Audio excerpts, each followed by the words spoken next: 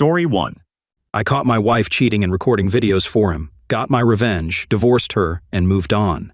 I'm a 25-year-old guy, and my wife is 27. We've been together for 8.5 years. We got legally married 10 weeks ago and had a church wedding 5 weeks ago. 2 weeks later, we went on our honeymoon. During the trip, I noticed for the first time that she was always texting on her phone and trying to hide it. When I asked, she said it was friends or her sister. This made me suspicious, and in the second week, I checked her phone while she was asleep. It was the first time I ever did that. I trusted her, but I found out she was cheating with a 39-year-old guy, a cook from her work whom she sees daily. I didn't bring it up during the honeymoon to avoid a fight. After looking into it further, I discovered their relationship started at the end of November last year, so after our engagement but before our wedding. I don't know why she didn't tell me earlier when we had time to cancel the wedding. I haven't discussed this with my wife yet, but I think she suspects I know something. We still need to choose photos for our wedding album and write thank you letters for gifts. I didn't bring it up until now because of these things, but I'm dying inside and need to do something. I'm checking if I can legally remove her from our rented house, cancel the wedding, or get a divorce. We rented it together, and the contract has both our names. A relevant detail is that the other guy is separated from his wife and has 2 children in their teens. He's not divorcing her now due to loans they need to pay back. Also, they constantly talk about how much they love each other and would like to live their love fully, but they can't right now. As far as I know, the plan is for her to have children with me first, and then, when he's ready, they'll get together. I feel guilty thinking about divorce 2 months after our wedding, as we had a big party and received a lot of gifts, but I can't go on like this. I don't even know what I'm expecting from you guys. Maybe I need confirmation that leaving her and getting divorced is the right thing. Thank you for any advice. Update: I talked to a lawyer in our office who doesn't really know about the matter. She gave me contact information for someone who could help. I plan to call today or tomorrow and try to meet with her soon.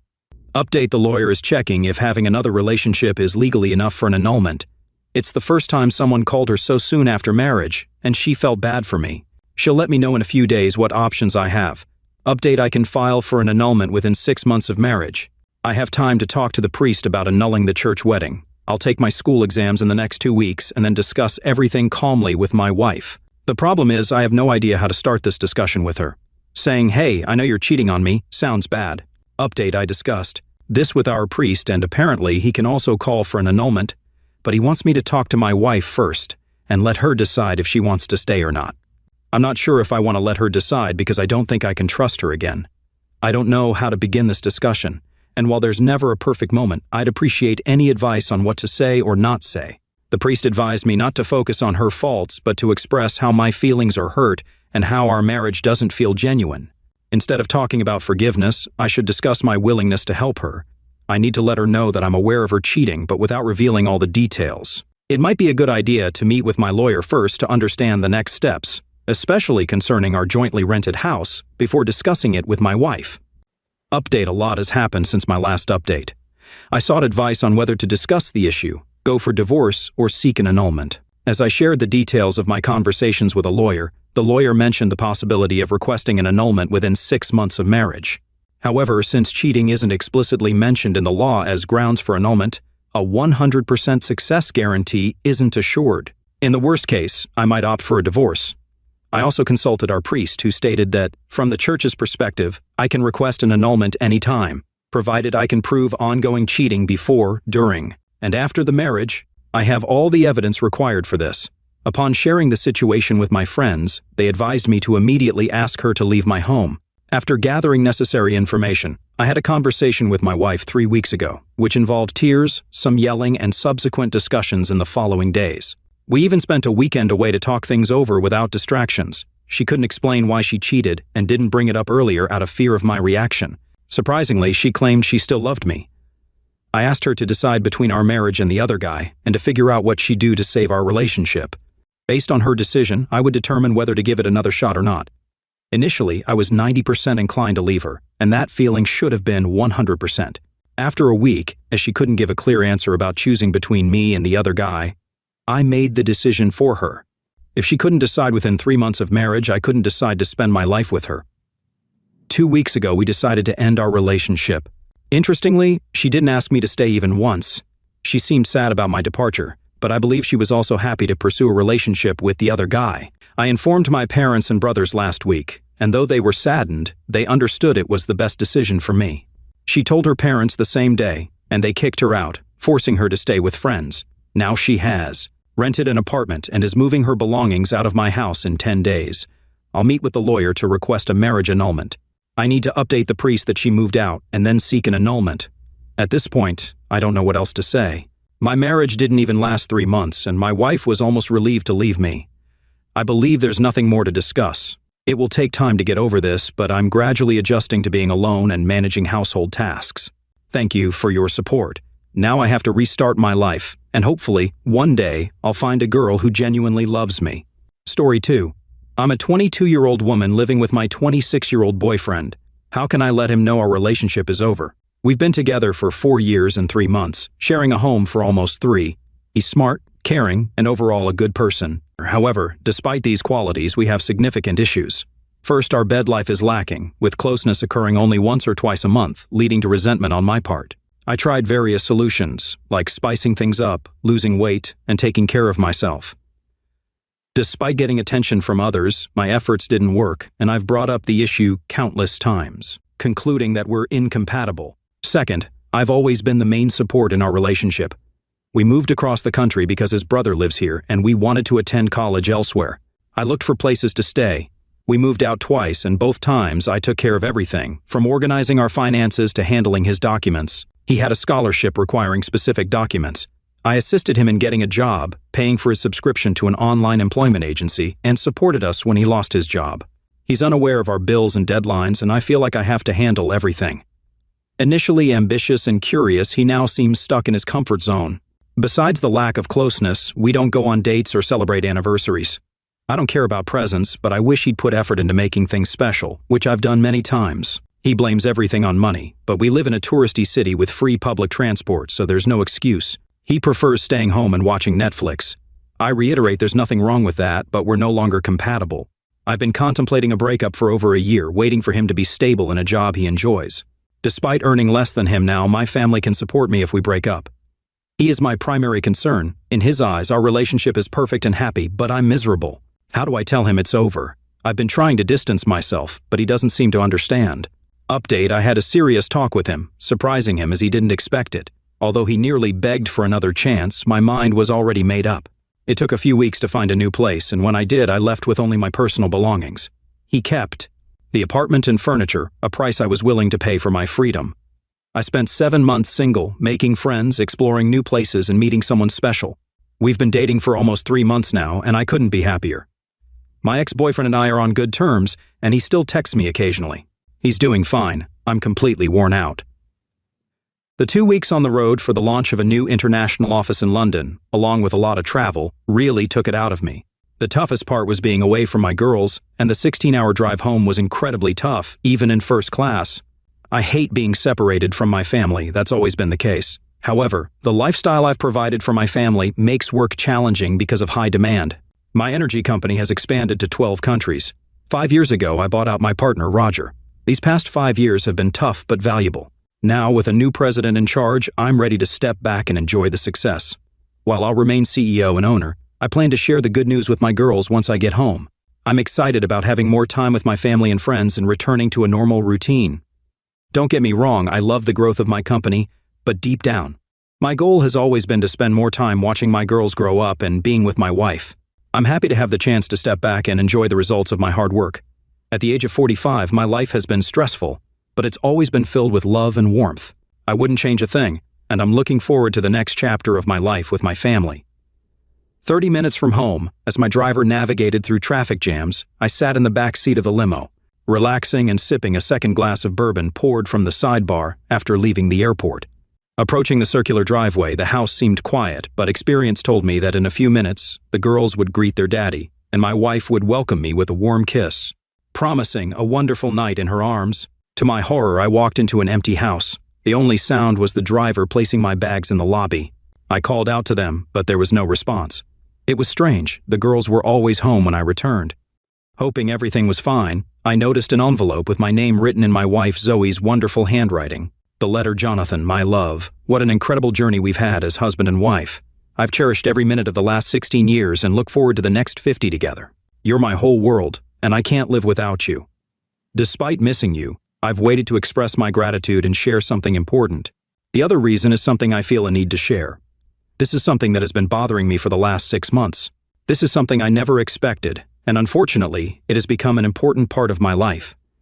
Everything you've just read is true, and I speak every word from the bottom of my heart. So what I'm about to tell you is the hardest thing I've ever done. No matter how much I love you and will never stop loving you, I have to confess something.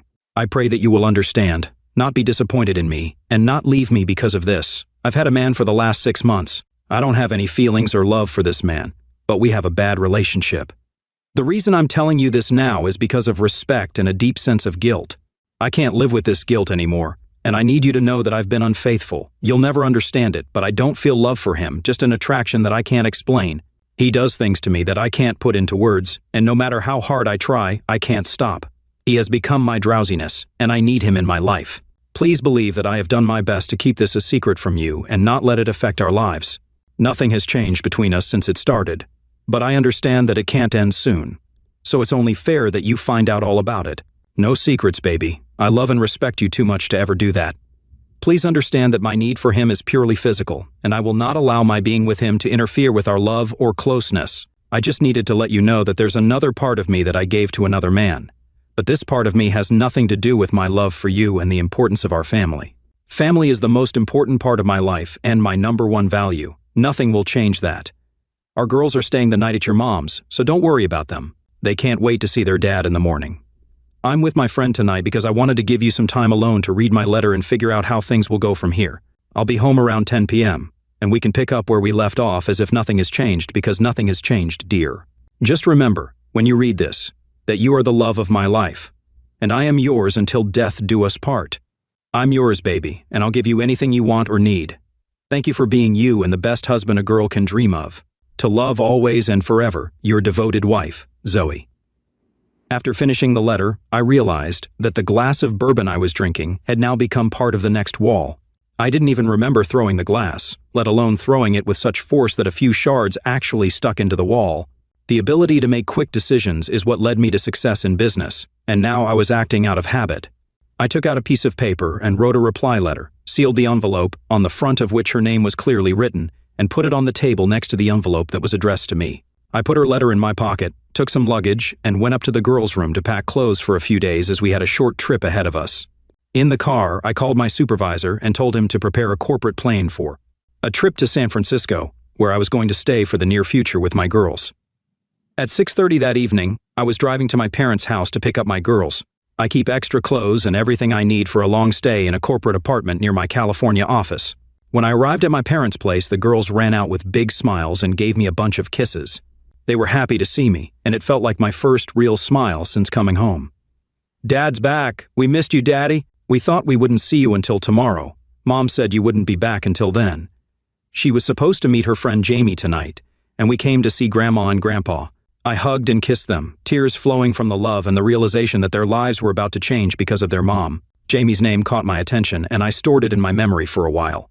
After the girls calmed down, I surprised them by saying we were going on a trip for a few days, flying on the company plane for a fun vacation. Convincing the girls was easy, but explaining to Mom and Dad was a different story.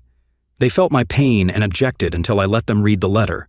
I explained that I needed time to think and plan without emotions. I left a letter for Zoe and promised to call her from the plane. I assured my parents I'd be back within 2 weeks and that they shouldn't worry about the girls. They'd be well taken care of. Boarding the plane, the girls played around, and Jessica, a friendly flight attendant, kept them company. We've become good friends over the past 2 years. Being alone on flights can create friendships. It was 11, and the girls were asleep. The cabin lights dimmed, creating a calm atmosphere. That's when I made a call to Zoe. I informed her of my current location and the potential communication challenges due to the altitude. I reassured Zoe that I'd received and read her letter, mentioning that the girls were with me and would contact her in the morning. I promised to reach out to her in the next few days and advised her to contact my parents if she needed anything. As the conversation concluded, I wished her a good night. I hung up before she could respond. The flight went smoothly, landing at 1. I took the girls to a waiting limo and later went to my house. After putting them to bed, I fell asleep without unpacking. We'd have time for that tomorrow. Jennifer, 13, and Cassie, 15, looked at me curiously after the call. Cassie, the eldest, had a sad look. She inquired, "Did Mom betray you?" Her question broke my heart. Holding back tears, I shook my head and instructed them to get dressed for dinner. It was the hardest thing I've ever done, but I knew that with love and support, they'd handle the challenges. Earlier that morning, before the girls woke up, I had a call with George, our family lawyer on the East Coast. I've known him for 20 years and told him the story without any preamble. I conveyed that I needed to understand what a divorce would look like and how challenging it might be. I expressed my desire for custody regardless of the cost and emphasized that there would be no reconciliation, counseling, or forgiveness. I wanted this over as soon as possible. The call went silent, allowing George a moment to absorb the news, probably as surprised as I was when I read Zoe's letter. He expressed his condolences, mentioning how he and Kate thought we were the perfect couple. He couldn't wrap his head around how she could do this, but understood what I was asking. He reminded me of the prenup that Roger insisted on when we started the company, citing Roger's own experience with infidelity in his previous business. George explained that the prenup was in place and current.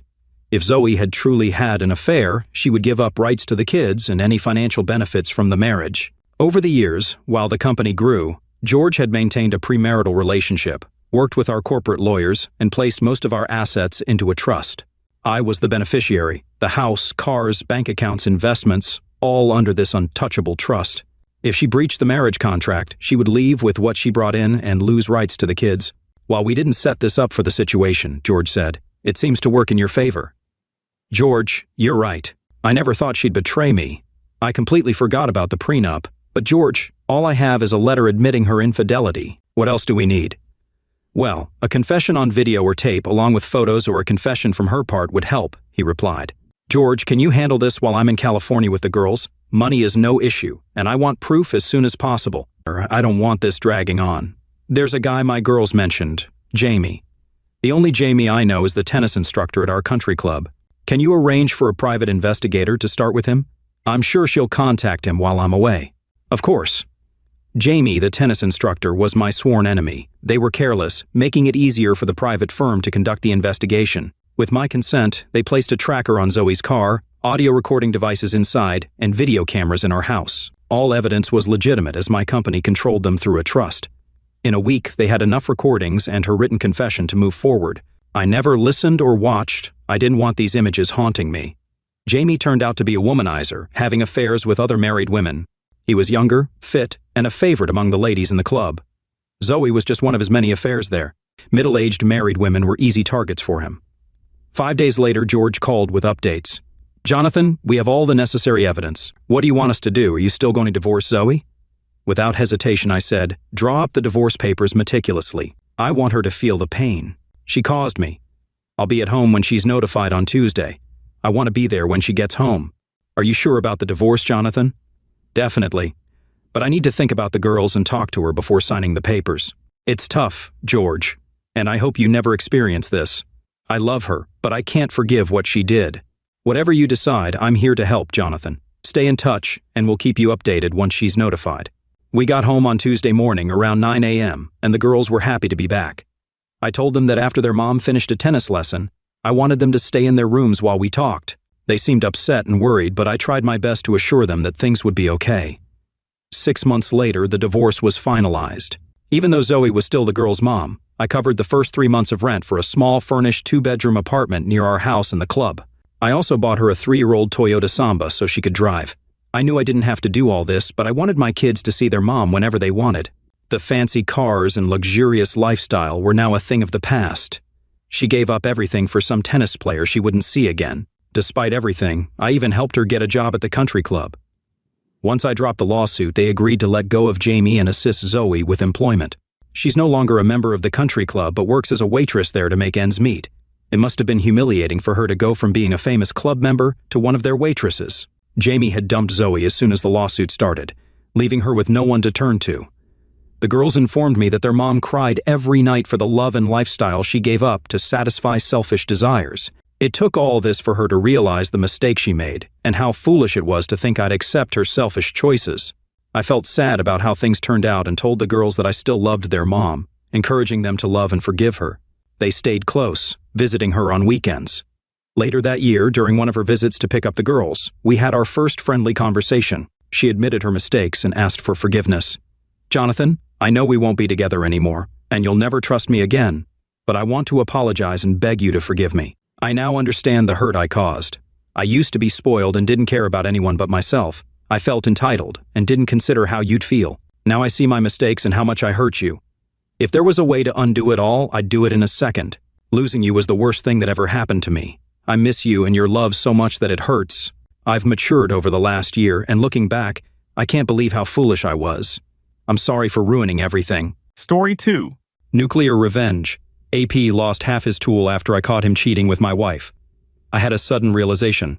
Like you see in cartoons when a light bulb pops up above a character's head when they have an idea or an answer to a question. It turns out that my third child wasn't actually biologically mine, she belonged to another man. I was on the phone with a representative from Genealogy Gurus, trying to figure out why my daughter's DNA test hadn't been processed after 10 weeks. I had given it to her as an extra Christmas gift and provided the representative with the necessary numbers to track it down. After waiting for about 5 minutes, he got back on the line and assured me that the test had been processed. However, he explained that this was a confidentiality matter between the company and the person who had taken the test, so he couldn't give me any additional information. I asked, "If you processed it, why doesn't it show up on my DNA results?" I was quite excited when I asked this. The representative replied somewhat irritably, "Sir, there are several reasons why your daughter may not appear in your DNA matches, but I can't discuss this specific test with you." That's when it hit me, like a light bulb going off in my head. The number one reason she doesn't show up in my matches is because she's not biologically related to me. I ended the call in a daze. I remember pressing the red end call button and then breaking down in tears. I woke up a few minutes later, curled up on the couch in the family room. I still had 15 minutes left before my lunch break, so I decided to call my daughter, who was probably on her lunch break as well since we both worked in the same time zone. I knew she usually enjoyed lunch while reading a book at her desk, so I wasn't concerned about bothering her. She picked up the phone after the first ring and greeted me with a somewhat weary tone. "Hi, Daddy, how are you?" I responded, "Sweetheart, you know I love and trust you completely, but I found out about the DNA test. I called the genealogy company and they told me it was processed about 2 weeks ago." There was a moment of silence, and I could hear her taking a deep breath on the other end of the line. "I know, Dad. We need to talk, but I can't do it here and now. Call me tonight and please make sure Mom isn't in the room when you do." I felt like a blur as I drove back to the office, and I have to admit that I didn't have a very productive afternoon at the engineering firm where I worked. My mind was in turmoil with countless thoughts and questions, especially the unsettling idea that my beloved daughter might not really be my own. Being naturally analytical, I realized I needed to sort things out and deal with each issue methodically. After all, I held the position of VP of Engineering for a reason, and I understood that treating personal problems as if they were project challenges was the way to go. The old man, Dwayne, had instilled this approach in me when he hired me straight out of university to work for his then burgeoning company. With Dwayne as our leader and me right by his side, his company grew into an industry powerhouse, and we both enjoyed significant financial success. I had a great income, excellent benefits, and I collaborated with smart, witty colleagues. Plus, when I returned home each evening, a beautiful, alluring wife and 3 wonderful children awaited me. Over time, the kids grew up, left the nest, got married, and started families of their own. Initially, the house felt a bit lonely, but we found ways to stay occupied. And I believed that the solitude rejuvenated our relationship as a couple. However, as I reflected on the events of the past month, I couldn't help but recall a few peculiar incidents, including Marissa's phone call to my wife about 2 weeks ago. One Tuesday night, while we were both in the family room watching TV, Tracy's phone rang. She glanced at the screen and informed me it was Marissa, then proceeded to answer the call. Their conversation lasted about 5 minutes, during which Tracy responded with mostly yes and no. I noticed tears forming in the corners of her eyes.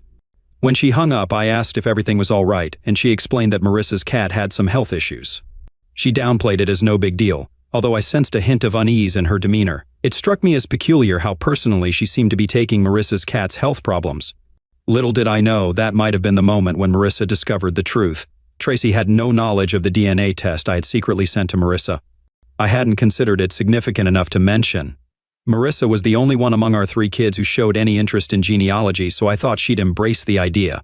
I'd been researching my family's ancestry for years, and I particularly enjoyed the DNA testing aspect. I assumed Marissa would eagerly take the test. Clearly, I had been mistaken. When I returned home, I made a conscious effort not to treat Tracy any differently, even though I was simmering with inner turmoil. I kept repeating to myself, Work on one problem at a time, one problem at a time. I had met Tracy during my sophomore year at university. We didn't cross paths until my senior year, but ever since then, it felt like we were joined at the hip, at least from my perspective. We tied the knot a year after graduating from college, a solid 31 years ago to this very day. I'd proudly proclaim that it was the best decision I ever made. At 54, she still carries her beauty gracefully, and despite giving birth to 3 kids, she maintains a workout routine that keeps her looking like she's in her 30 seconds.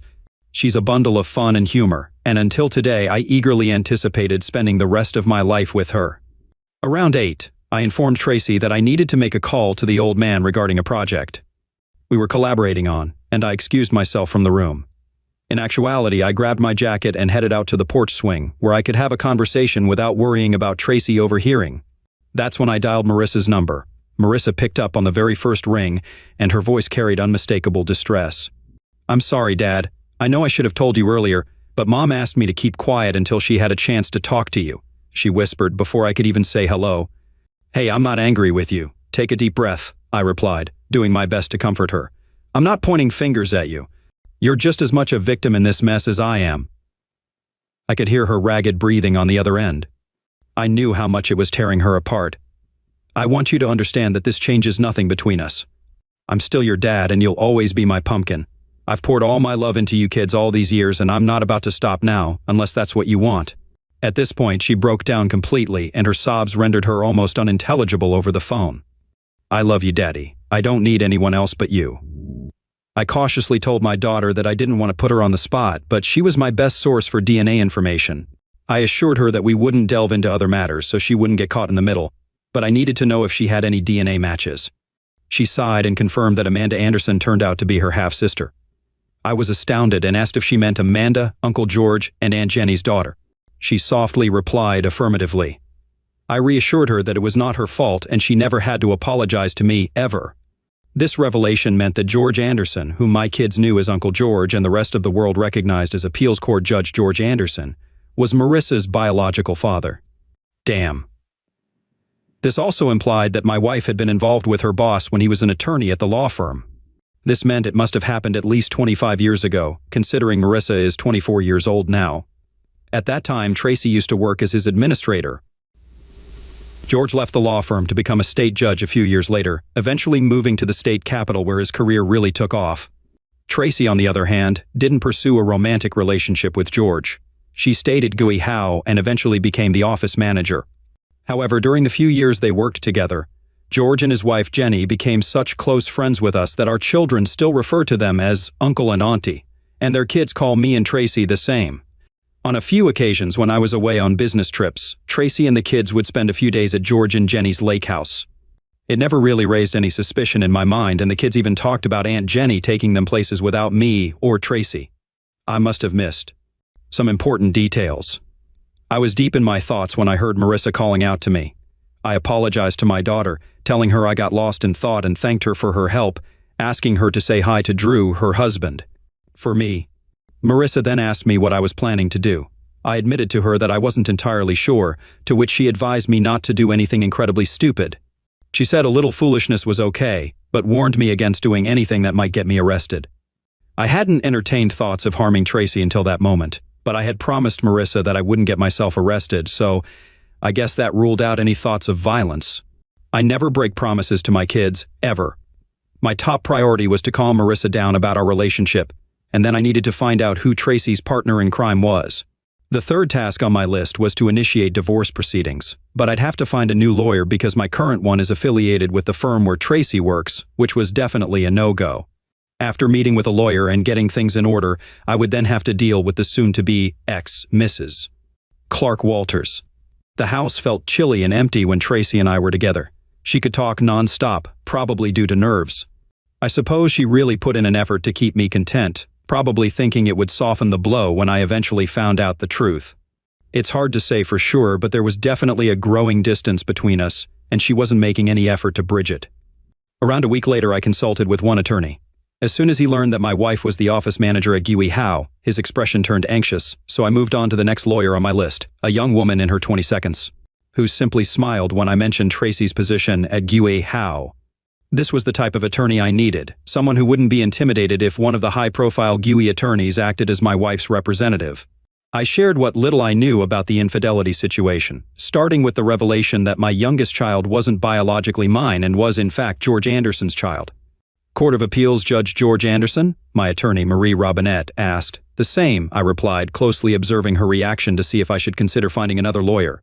It must be quite a story, she remarked, and we delved into the financial aspects. Given our solid jobs, pensions, and benefits, Marie suggested splitting joint assets equally, retaining a share in our pensions, and selling the house. This would leave both of us financially comfortable, though I'd have a slightly better position due to higher income and a better pension. Marie added that unless I was dead set on seeking revenge over my spouse's infidelity, the child, or just a lack of respect, we could have our reckoning for sure. However, I replied that I didn't want to hurt her financially, despite feeling wronged. Marie then inquired about pursuing legal action against the judge involved, noting that it would be much more complicated and time-consuming.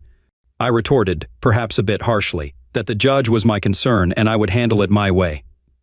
Marie understood and suggested that if my spouse didn't contest, the issue could be resolved in 6 months, but if she did, it might take more than a year. I told her that I hadn't set any deadlines yet, so she should take her time and do it right. With the third task completed, it was time to move on to the fourth, the confrontation. I waited another week just to see if Tracy's conscience would get the best of her. During that time, Saturday night was our usual date night, followed by watching a movie and sharing an intimate moment. However, Saturday night was always a particularly special occasion for us. We hadn't been out on a date in 2 weeks, and it had been just as long since we'd been intimate. After finding out about Marissa's affair, I couldn't bring myself to go through with it. Tracy didn't question it, which was another sign that she knew I was aware, but she was quite skilled at putting on a facade. However, that was about to change.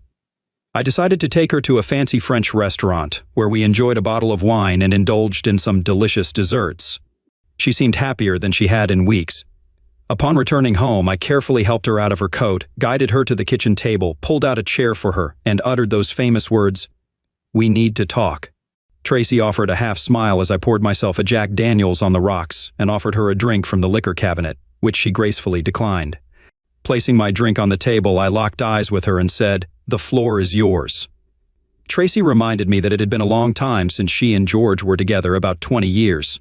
And asked if we could consider it a mistake from the distant past and move on. I was relieved that she didn't dispute the DNA test's accuracy, but her attempt to brush it off as ancient history seemed dismissive. I pressed for details, asking about the timeline and frequency of her affair with George and whether our first 2 children, Barry and Kathy, were also his. Tracy clarified that Barry and Kathy were mine and that her involvement with George started about a year after Kathy was born, lasting around 3 years. She explained that it ended when George left the firm to pursue a judicial career, ensuring his background check was clean. After their breakup, they only had a few encounters at the lake house when Jenny took the kids out, with Jenny being oblivious initially but later learning the truth. Tracy mentioned a reconciliation meeting where she and George promised Jenny there would be no more intimacy. Frustrated, I asked Tracy why she never tried to have a peaceful discussion with me and if I was just a spare part to her.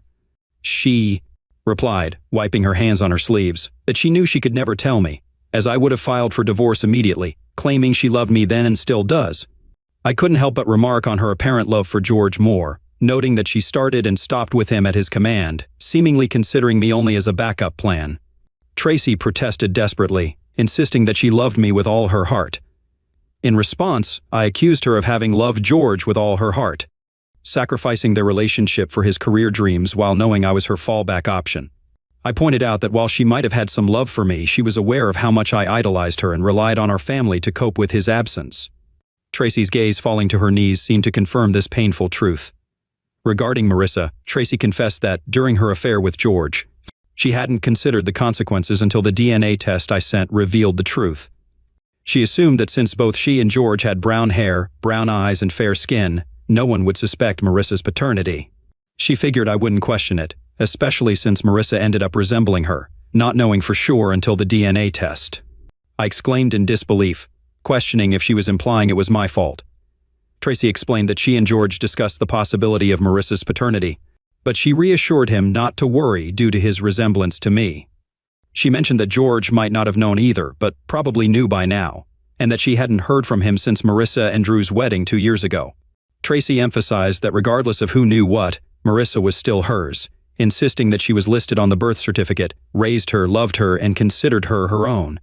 She sternly stated that George had better not even think about claiming otherwise, and that if he contacted me, I should make that clear to him.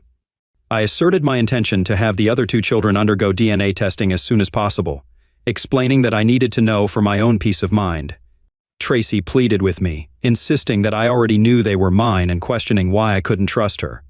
I shot back, my newfound distrust evident, which seemed to take Tracy completely by surprise. She was also deeply troubled by the thought of me revealing her infidelity to our other 2 children, understandably not wanting to appear unfaithful in front of them. Changing the subject, I inquired about the details of her affair, asking how often it happened and where else they met. Tracy began to explain that their relationship wasn't planned, but developed from spending time together at work, becoming friends, and then something more. She described him as kind, considerate, witty, funny, and passionate, and mentioned they had a deep connection. Because they both had spouses they loved, they kept their meetings discreet, usually out of town, and never met at either of our houses, as that would have been wrong on many levels. Tracy whispered to me that they hadn't been intimate since their affair ended. When I asked if Jenny knew about all of this and had forgiven them, she confirmed, reiterating that she had told me before. I whispered, my voice tinged with uncertainty, that I didn't think I could go back to how things were. Tracy tried to reassure me, acknowledging the wrongness of their actions but emphasizing that it had been over for 20 years and I hadn't had to endure it while it was happening. She pleaded for us to return to our lives from a few weeks ago, where I was her loving husband and she my loving wife, insisting that nothing had to change. Firmly, I told Tracy that things had already changed. I shared that I had spent the better part of 3 weeks wondering what I had done wrong for her to fall in love with another man. And I had been questioning whether I could ever fully trust her again, let alone enough to stay married. I expressed with heavy emotion that I had given her my heart completely, and yet she treated it as something to be taken out only when it suited her. I stressed that our marriage wasn't supposed to be one of convenience, but rather a commitment of unwavering love. At this point, Tracy began to cry. Typically, I would try to console her, but this time felt different. I retreated to the family room, turned on the TV, and left her alone at the kitchen table. That night, we shared the same bed, but for the first time in a while, we didn't cuddle. I moved as far away from her as I could on the double bed and didn't let her snuggle up to me when she climbed in. Her face showed a mix of surprise and pain, but I didn't really care. On Sunday morning, as Tracy prepared a nice breakfast and we were eating, I broached the topic of divorce. She practically yelled at me, arguing that the affair happened over 20 years ago and that I hadn't even known about it, urging that it was in the past and we should just move forward. In response, I shouted back, emphasizing that a mistake remains a mistake regardless of how long ago it occurred. I expressed my feelings of betrayal, highlighting how she deceived me, lied to me, and cheated on me, thereby violating my trust. I pointed out these weren't temporary problems. Unable to continue the conversation, I got up from the table, leaving half my plate of food behind, and headed outside to mow the lawn. That was the last conversation I had with Tracy, until Wednesday afternoon, when she informed me that Jenny Anderson would be joining us next weekend. Needless to say, I wasn't thrilled, but Jenny was an old and dear friend who had gone through the same cheating ordeal as I had, so I thought it was worth having a chat with her. On Friday night at 6, Jenny showed up, having traveled 2 hours from her house. Surprisingly, she didn't bring George with her. During dinner, our conversation remained light and friendly, and afterward, we moved to the family room with glasses of wine, presumably to delve into the main event. Jenny began discussing the affair as if it were a distant historical topic, speaking calmly and dispassionately. However, as she continued, her emotions intensified, and tears welled up in both hers and Tracy's eyes. Jenny shared that when George told her about the affair, she had assumed it had ended years ago, and he had assured her it wouldn't happen again. She admitted that she was devastated at first, but after giving it more thought, she came to realize that since it was over before she even knew about it, she guessed she wasn't hurt too badly. Knowing that Jenny wasn't some gold digger, I could see how it all unfolded. George's personality is quite captivating, isn't it?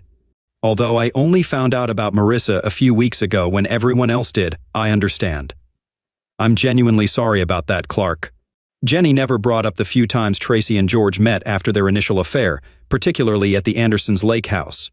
I wondered if they had informed her about those occasions, but I didn't bother to ask.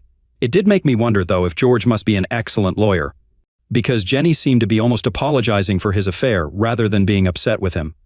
Unfortunately for Tracy, I'm not as settled as Jenny, and I'm not as enthralled by her eloquence, so I wasn't inclined to give Tracy and George a pass like Jenny did, even though their romance had spanned 2 decades. I often contemplate what my life would be like if I left him, and how it would affect me and the girls, Jenny continued. They say you should always weigh whether your life would improve or worsen without your spouse. In my case, I believe it would be worse. Thank you for sharing your perspective with me, Jenny. It's definitely something to think about, and I'll need to carefully consider it. There are several factors at play, including the fact that, unlike you, I wasn't informed about the affair. I stumbled upon it entirely by accident. Tracy knew it was wrong when she was involved with George and anticipated my reaction. She believed it would be better for everyone if I never found out and just lived in ignorance. That would have been the case if it weren't for the DNA test. Now, 20 years later, I've discovered that the love of my life had an intimate relationship with another man before reverting back to me. During Jenny's story, Tracy remained silent, merely listening as Jenny shared her narrative. Tracy couldn't have known that I was aware of her glances in my direction, so I sat casually while Jenny spoke, just to mildly annoy Tracy. My response to Jenny's story wasn't what Tracy had hoped for, and neither was Jenny's. They exchanged sorrowful glances, realizing that I wasn't reacting the way they had anticipated.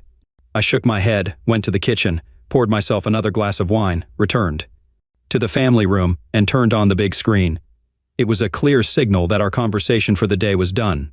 The ladies got the hint and moved to the living room, where I could faintly hear them chatting. After finishing whatever I was watching, I switched off the TV, stuck my head into the living room, bid them good night, and headed upstairs to our bedroom. Jenny cornered me in the family room on Saturday, saying we needed to talk. I didn't know where Tracy was, but I agreed, and we relocated to the formal living room, settling into chairs in the corner. Jenny began by expressing understanding of my pain, but argued that not forgiving Tracy and divorcing her would be a big mistake for both of us. She emphasized that our love for each other should be what matters most, and that the past is history. She pointed out the tragedy it would be for us to spend the rest of our lives apart over something that happened 20 years ago, mentioning that if she could forgive George, I could surely forgive Tracy too. I replied honestly to Jenny, saying that I didn't know if I could forgive Tracy. I reminded her that, unlike her situation where she was told about the affair, Tracy never told me. I argued that Tracy knew it was wrong and I wouldn't have forgiven her back then, so I questioned why I should forgive her now. I emphasized the weight of her deception. She not only cheated on me for a few years, but also continued to deceive me for 2 more decades. I expressed my struggle with the idea of forgiving Tracy, and questioned how I could ever trust her again. I shook my head, stood up, and walked out of the room. Passing Tracy in the hallway, she could see from my expression that I wasn't budging an inch. Dinner on Saturday night was no less quiet. The women attempted small talk, but I wasn't interested. I barely said 3 words throughout the meal. After a brief thank you, I grabbed my jacket and left, informing them that I'd be at Malone's, my preferred spot for a quiet drink. At Malone's, I felt down and chose a table over my usual bar spot. The bar owner, like a sister to me, urged me to open up. I shared that my wife Tracy cheated and our youngest might not be mine. She was outraged and supported me, offering her blunt perspective. I valued her honesty. She questioned if Tracy apologized for the affair or just for getting caught. I realized Tracy hadn't really apologized. The bar owner offered me free drinks and arranged a cab, taking my keys for safety. The cab dropped me off at home around 2 in the morning. Tracy greeted me at the door and helped me up to our bedroom. I collapsed into bed, fully clothed, and Tracy took off my shoes and socks, and that's how I slept. Late on Wednesday night, my son called me at the office. He wanted to discuss Tracy's situation with me. He didn't explicitly say it, but it seemed that Tracy had decided to involve the kids to sway me away from the divorce. My son and I typically saw eye to eye on most matters, but from our conversation, it became apparent that Tracy had put in significant effort, and it had paid off, as he clearly empathized with her side of the divorce dilemma. I had to explain to him firmly. I said that what she did initially could be seen as a mistake, but after continuing for months, it became a choice. I asked him how he'd feel if he found out his wife, Linda, was cheating. While the affair ended years ago, the deceit and disrespect didn't. I felt Barry should have stayed out of our parents' issues. He was taking sides and getting in the middle of something he shouldn't. I was frustrated, feeling betrayed after idolizing my wife, only to find out she kept this secret. If not for a certain accident, I'd still be in the dark.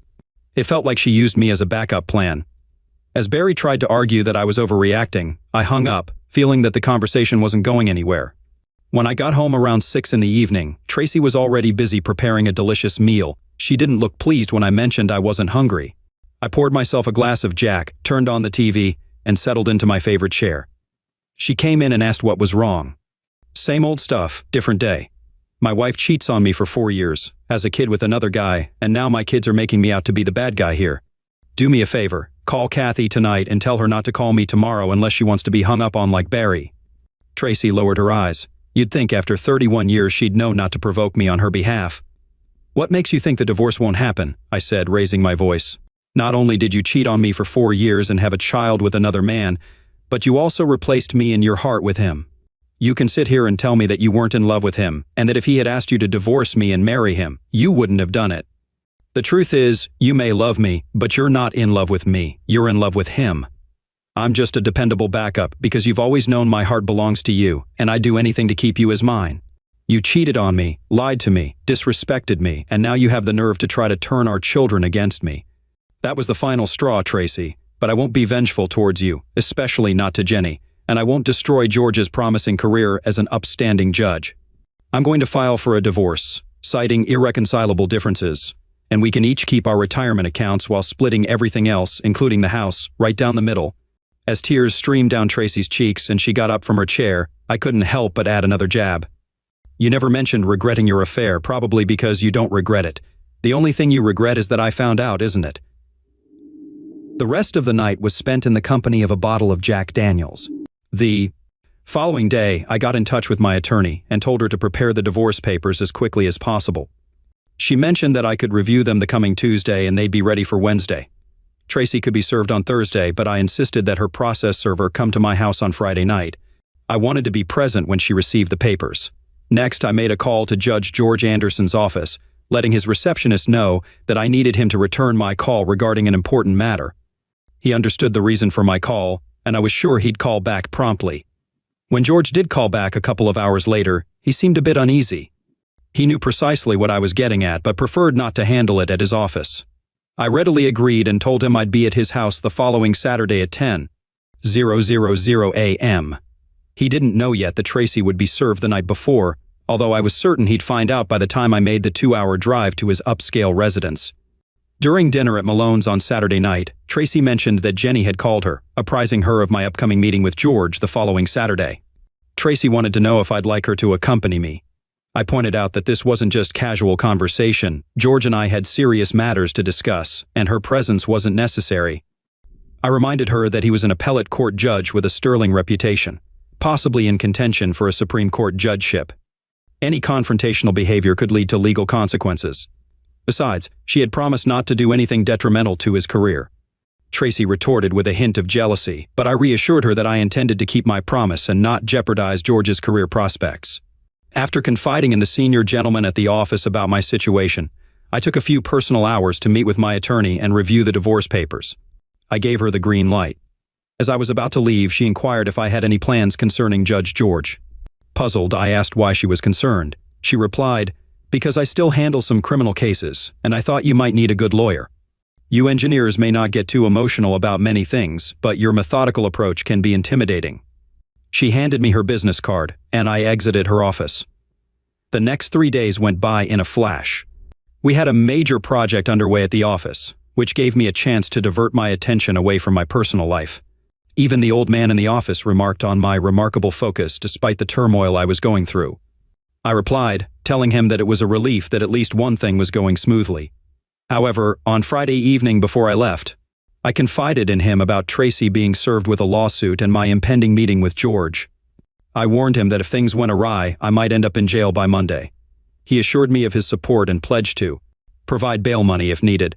We parted ways with a firm handshake. Returning home, I was greeted by the enticing aroma of yet another delicious meal that Tracy was preparing. Lately, she had been going out of her way to showcase her culinary talents, and I had to admit she was an excellent cook. Despite the strained atmosphere that had characterized our meals for the past few weeks, I made sure to express my gratitude for the wonderful dinner. After all, I wasn't about to be ungrateful. Following dinner, as we were about to head to the family room for some television time, the doorbell rang.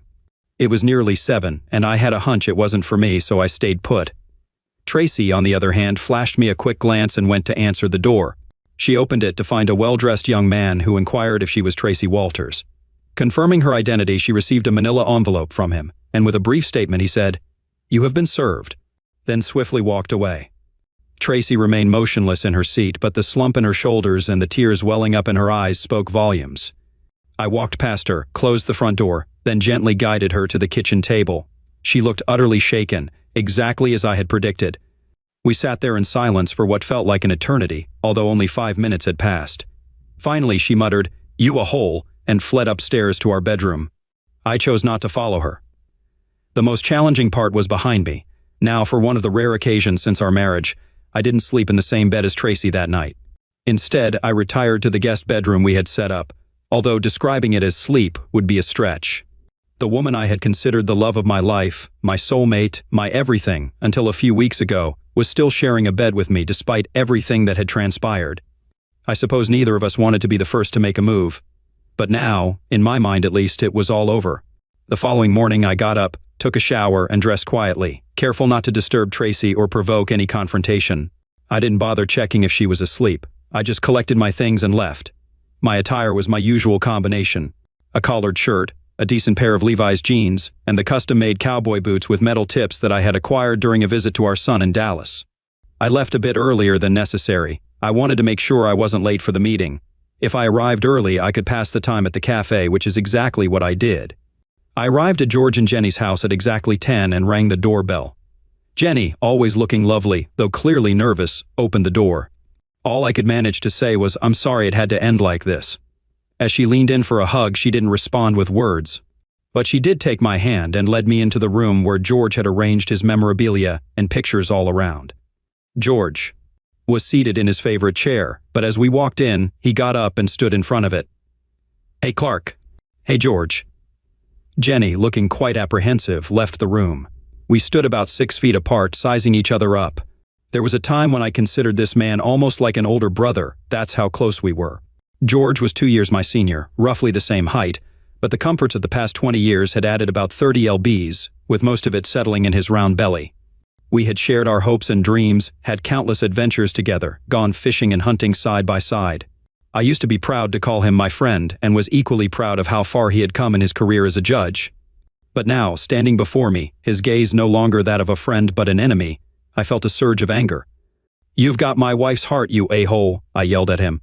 "You also get to keep your squeaky clean image because I promised Tracy I wouldn't tell anyone about this, and I don't break promises to that woman. But you won't keep your manhood."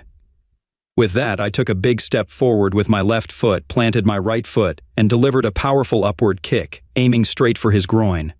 George's reaction was slower than I expected, and my metal-tipped boot struck its target accurately and precisely. I could feel his pain as I kicked, and then I heard him howl in agony as he crumpled to the floor, clutching his injured area and crying out like a wounded animal. In that moment, all the rage and frustration boiled over. Jenny rushed into the room, seeing her husband writhing in pain on the floor. She tried to comfort him, but his screams only grew louder.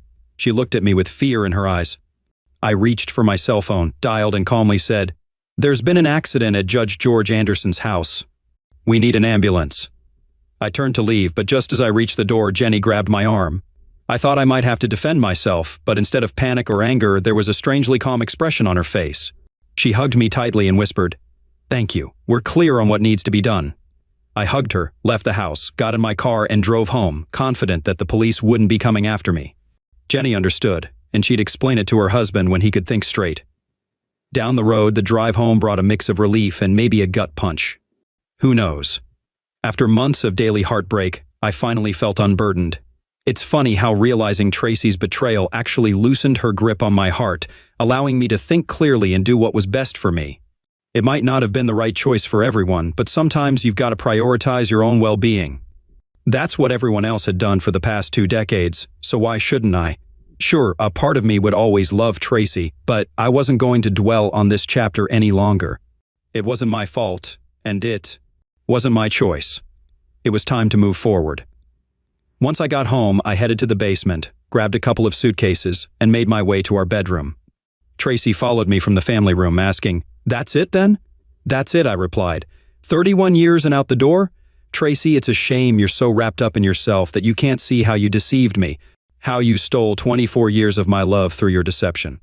But I've moved past it, and I don't hate you. I don't even hate George, though that poor guy probably thinks I do now.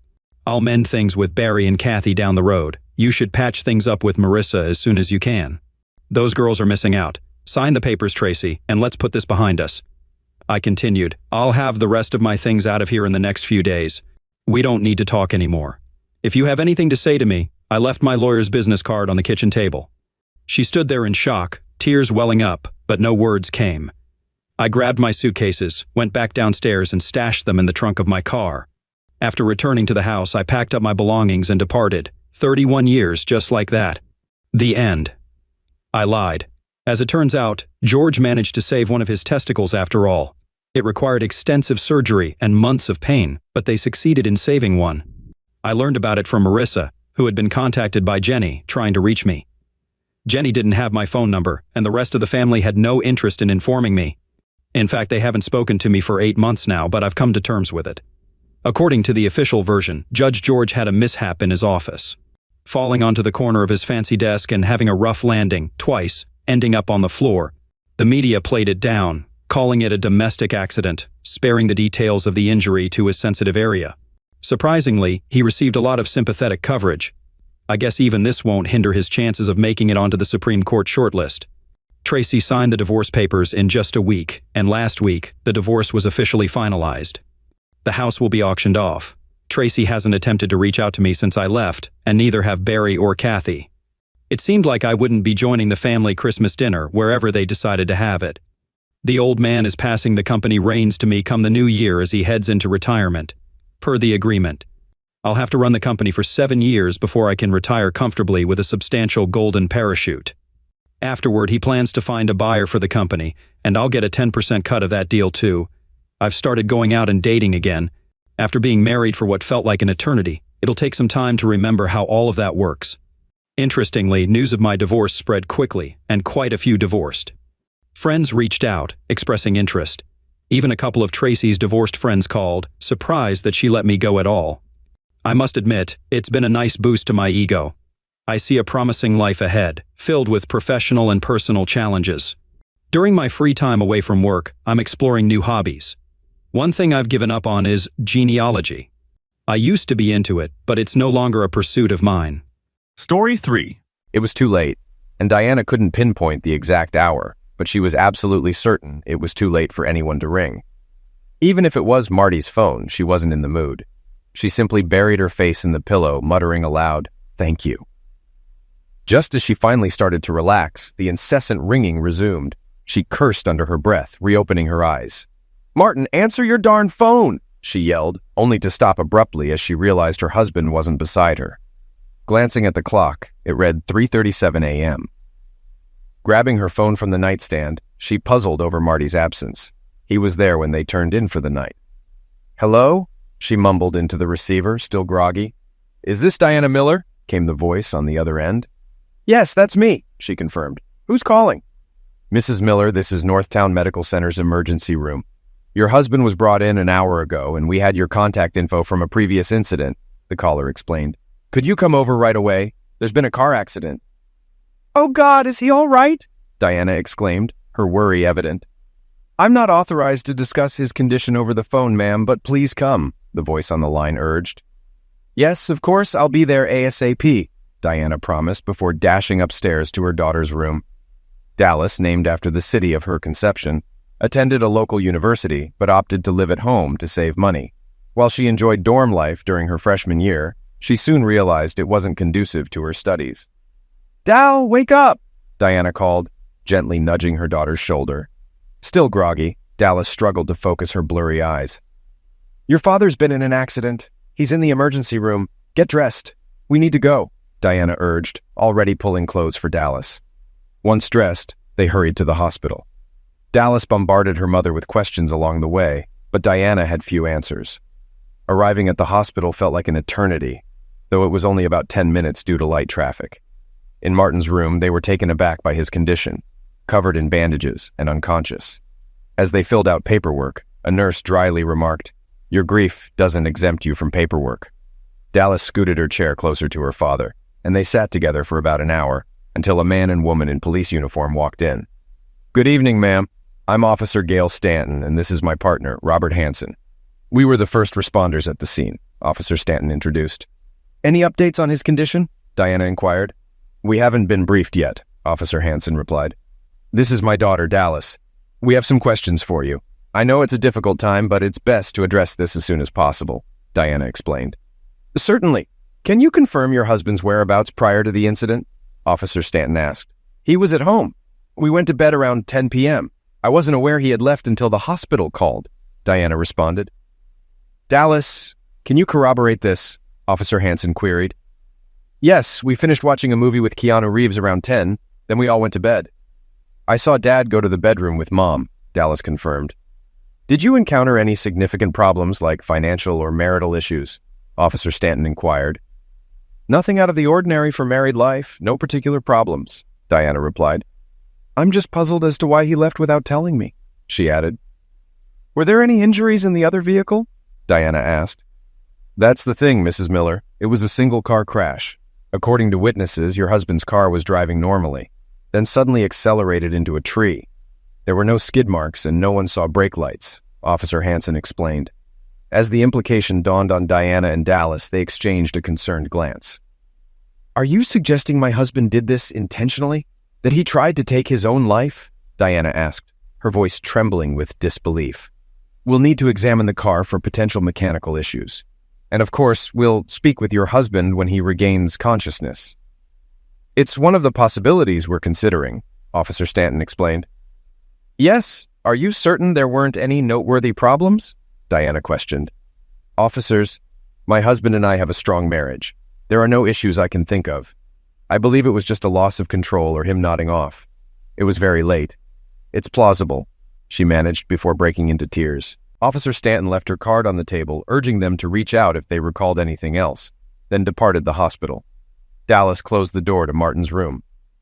You didn't tell them? She asked. No, Dallas, I didn't, her mother replied, wiping her tears.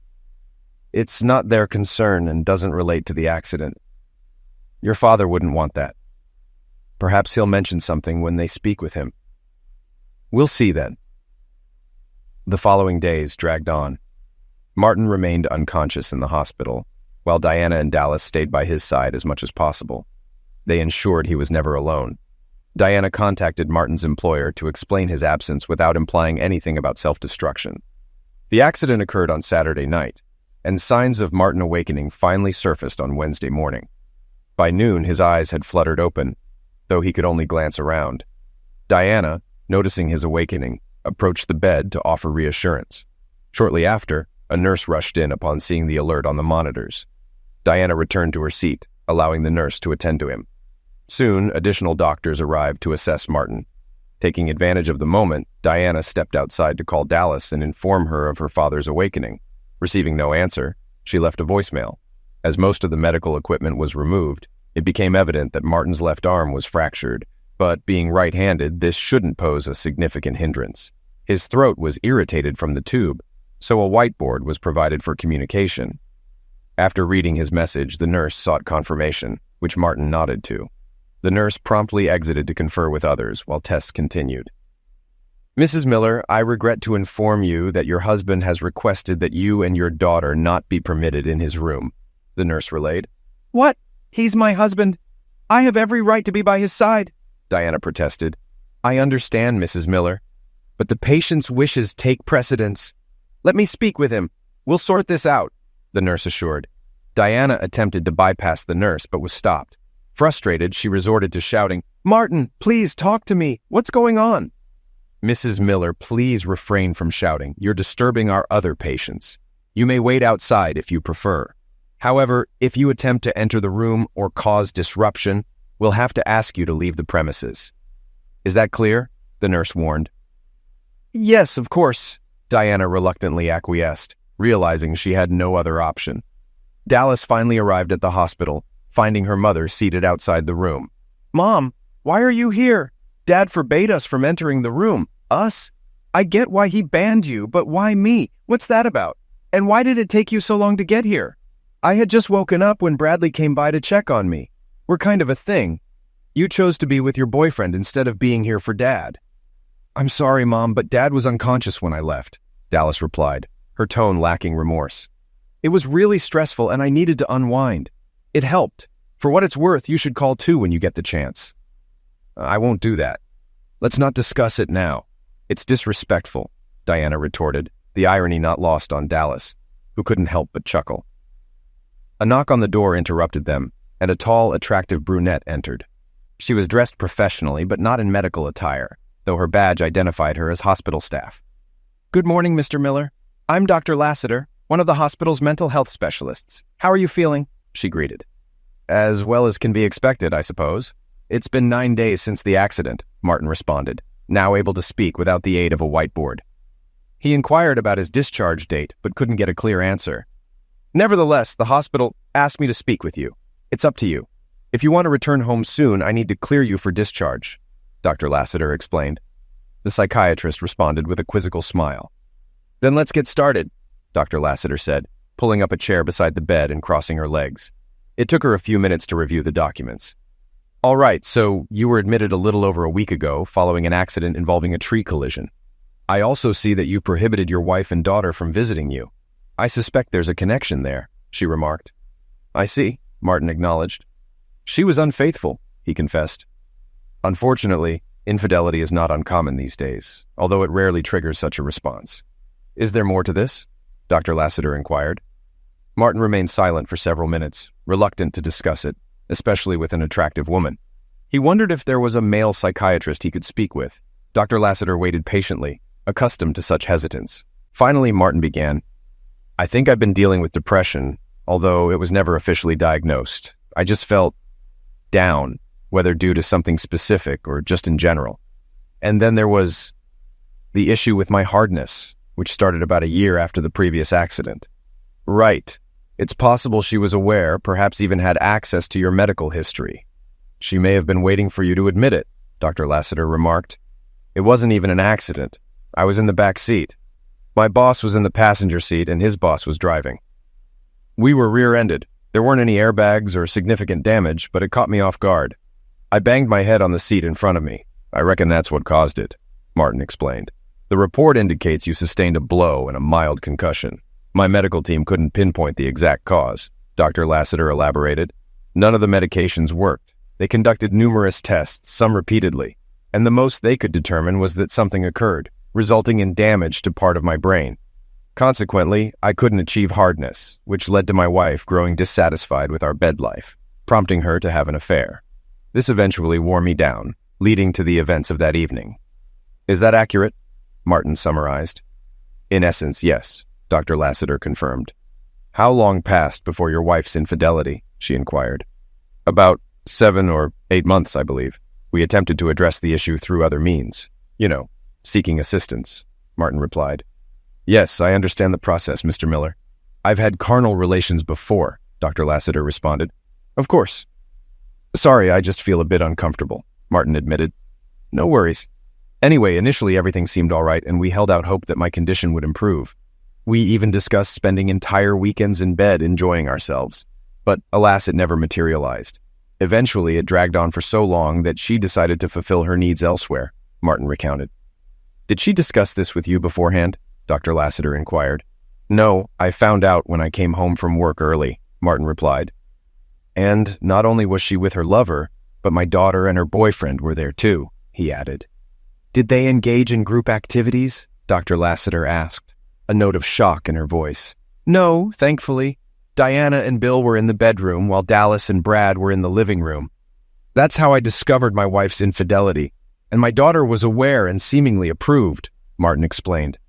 "That explains why your daughter was also excluded," Dr. Lassiter noted. "Yes. Oh, and if I haven't mentioned it before, Bill is Brad's father. We knew him coincidentally as our daughter's boyfriend's father. Later, I found out it was our daughter who suggested Bill to her mother. It's another blow," Martin continued. "Did you confront them?" Dr. Lassiter inquired further. "Not exactly. Perhaps if Dallas hadn't been present, I might have confronted Diana, but I had seen enough already. So I left," Martin recounted. "How did the conversation go afterward?" Dr. Lassiter asked. "Not as expected. She expressed regret that I found out, but made it clear that if I couldn't fulfill her needs, she would seek satisfaction elsewhere. She preferred a committed partner, as she put it, rather than being left alone to find someone new. Bill was single and shared similar needs, so he became her choice," Martin explained. Your reaction? Dr. Lassiter queried. What could I do? She was right that I couldn't engage in carnal activity. It wasn't her fault. So she did what she felt she had to, Martin concluded. What if, theoretically, she had discussed it with you beforehand? Would you have agreed? Dr. Lassiter posed the question. I've pondered that a lot. Part of me wanted to say yes because I loved her and wanted her happiness, but ultimately, I don't think I could agree to it. We made vows, we made commitments, including in sickness and in health. I couldn't betray that, so I couldn't fathom her betraying me. Obviously, she continued seeing him, Martin reflected. I'm unsure if she increased the frequency since I don't know how often they met before, but previously it was limited to when I was at work. Now it extended to weekend outings, including visits to the store, during which she clearly spent time with Bill, Martin recounted. That must have been challenging, Dr. Lassiter sympathized. Challenging? That hardly captures the situation. Yet again, I felt powerless. She deserved closeness, but I couldn't provide it. It was tearing me apart, Martin admitted. Tell me about the night of the accident, Dr. Lassiter prompted. The whole family watched a movie on TV. I kept my emotional pain to myself. In hindsight, it may have been a mistake, but I didn't want to burden Diana or Dallas. They exchanged goodnight kisses while I received a simple night from Dallas. It was then I realized she had lost all respect for me as a father and a man. I could hardly blame her, as I didn't respect myself either. I prepared for bed as usual. Diana did the same. Every night, the same routine, Martin recounted. I waited until Diana was asleep, then got dressed, grabbed my wallet and keys, and went upstairs to peek into Dallas's room. She was asleep. I blew her a kiss and bid farewell. I got into my car, knowing there were airbags, but convinced that if I hit hard enough, they wouldn't matter. I had no specific plan, just aimlessly drove around the area. Passing by the large oak tree, I realized there were no obstacles and a direct path.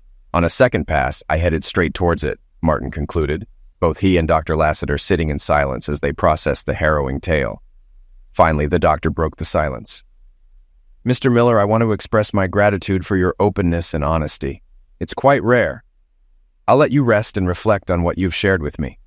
Would it be all right if I returned tomorrow? She asked. I'm not planning on going anywhere, he replied sarcastically. They shook hands and Dr. Lassiter exited the room. Martin retrieved his cell phone, left at home that fateful night, and later brought by Diana. Despite her protests, he answered several messages and emails, informing his boss of the latest developments, before closing his eyes in an attempt to sleep. Back at home, Diana struggled to maintain composure. She had initially believed Martin was accepting of her relationship with Bill, seeing it as a gesture of love. However, doubts crept in as she reconsidered the incident. She no longer dismissed it as an accident and feared police inquiries regarding her affair with Bill. While extramarital affairs weren't criminal, she worried about potential implications for Martin's case. Perhaps the authorities concluded it was a self-destruction attempt and closed the case. Yet she couldn't recall Martin expressing indifference towards her affair. Moreover, she refused to accept a life of celibacy due to someone framing her husband's boss. Upon Martin's return, Diana resolved to be more attuned to his emotions and to maintain boundaries with Bill. However, she remained determined not to abandon her relationship with him. The following morning, as promised, Dr. Lassiter arrived. Marty noticed the subtle changes in the doctor's attire. However, he still felt withdrawn. "How are you feeling this morning, Mr. Miller?" she inquired. "Not much different from yesterday, Doc," he replied. "Ready to head home?" she asked. "I suppose, but ultimately it's up to you," he responded. "Partially, yes. However, you're required to stay for 72 hours by state law. The countdown began with our conversation yesterday, so you've got at least 2 more days," Dr. Lassiter explained. "That's all right, Doc. At least the food here isn't terrible," Marty joked, and they shared a laugh. "An oldie, but a goodie," Dr. Lassiter remarked. "I'm glad to see you're able to joke," she added. "Me too. It's been a while, months even, since I felt like myself. I used to be quite the joker, sometimes getting on Dallas's nerves," Marty reflected. "Have you had any other troubling thoughts? Any more dark places in your mind?" Dr. Lassiter inquired. "No, Doc, that's not the case. I spent a year feeling pretty down, but lately it's been more about anger and disappointment. Disappointed in Diana and Dallas, especially Diana, but mostly disappointed in myself for not standing up for myself, for not making it clear to my wife that her actions were unacceptable," Marty admitted. "Do you plan to take a stand now?" Dr. Lassiter asked. "Absolutely. While I'm tempted to just file for divorce, I have to acknowledge my role in letting things escalate. But if Diana agrees to end things with Bill, then I'm willing to seek counseling and try to mend our marriage, Marty declared. I admire your determination, Mr. Miller. Such a quick turnaround is rare, Dr. Lassiter acknowledged. I had a lot of time to think while lying here before our meeting. I appreciate you giving me the chance to express myself, to confide in someone. It helped me sort through my thoughts, Marty said gratefully. Excellent, Mr. Miller, simply excellent. In that case, I'll wrap things up for today.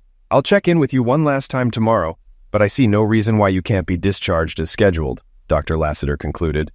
Looking forward to it, Doc, Marty replied. Diana and Dallas were waiting to pick him up upon his release.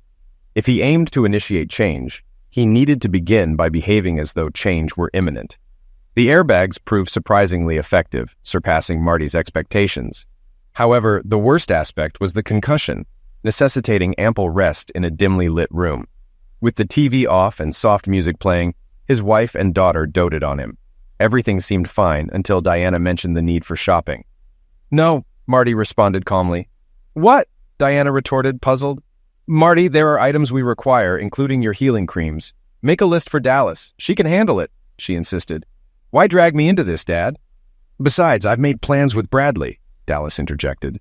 Then you'll have extra incentive to expedite the shopping, won't you, Diana? Make the list, Marty asserted.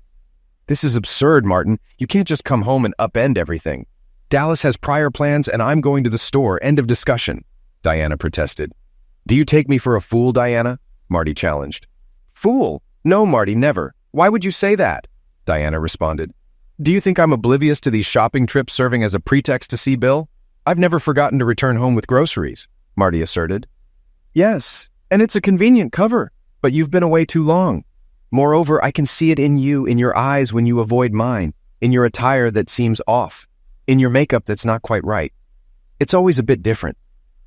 At least you've been spending time with Bill, and that's over now, Marty declared. The shock was evident in Diana's eyes, and Dallas felt a newfound respect for her father. Marty, please, we've already discussed this. I'll make an effort to be more cautious. It appears I've grown a bit lax in my meetings. Nonetheless, I won't give up on them. I have a right to a personal life, and I intend to have one. So our vows meant nothing? To stand by each other in sickness and health? Well, this is part of the sickness. You don't abandon others.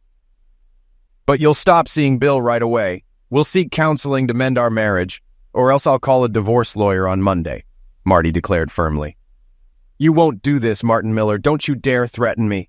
If I could be physically engaged with only you, I would. But circumstances won't allow it. It's not my fault. I didn't cause the accident. I wasn't even involved because I had nothing to do with it. My carnal life is over, and I should just come to terms with it. It's not going to happen, so I'm going to shop, see Bill, and tend to my needs. If you want to discuss it later tonight, we can. But don't think for a moment that you can dictate what I can or cannot do, Diana declared before storming out, slamming the door behind her, rattling the windows. The ensuing silence was heavy. Father and daughter exchanged a glance. Then Marty retreated to his bedroom. For the first time, Dallas Miller fretted over her family's future, particularly her parents' marriage. Dad never truly confronted Mom, but nothing this serious had ever occurred between them. Deciding it was their issue and she couldn't intervene, she composed herself and went to meet Bradley.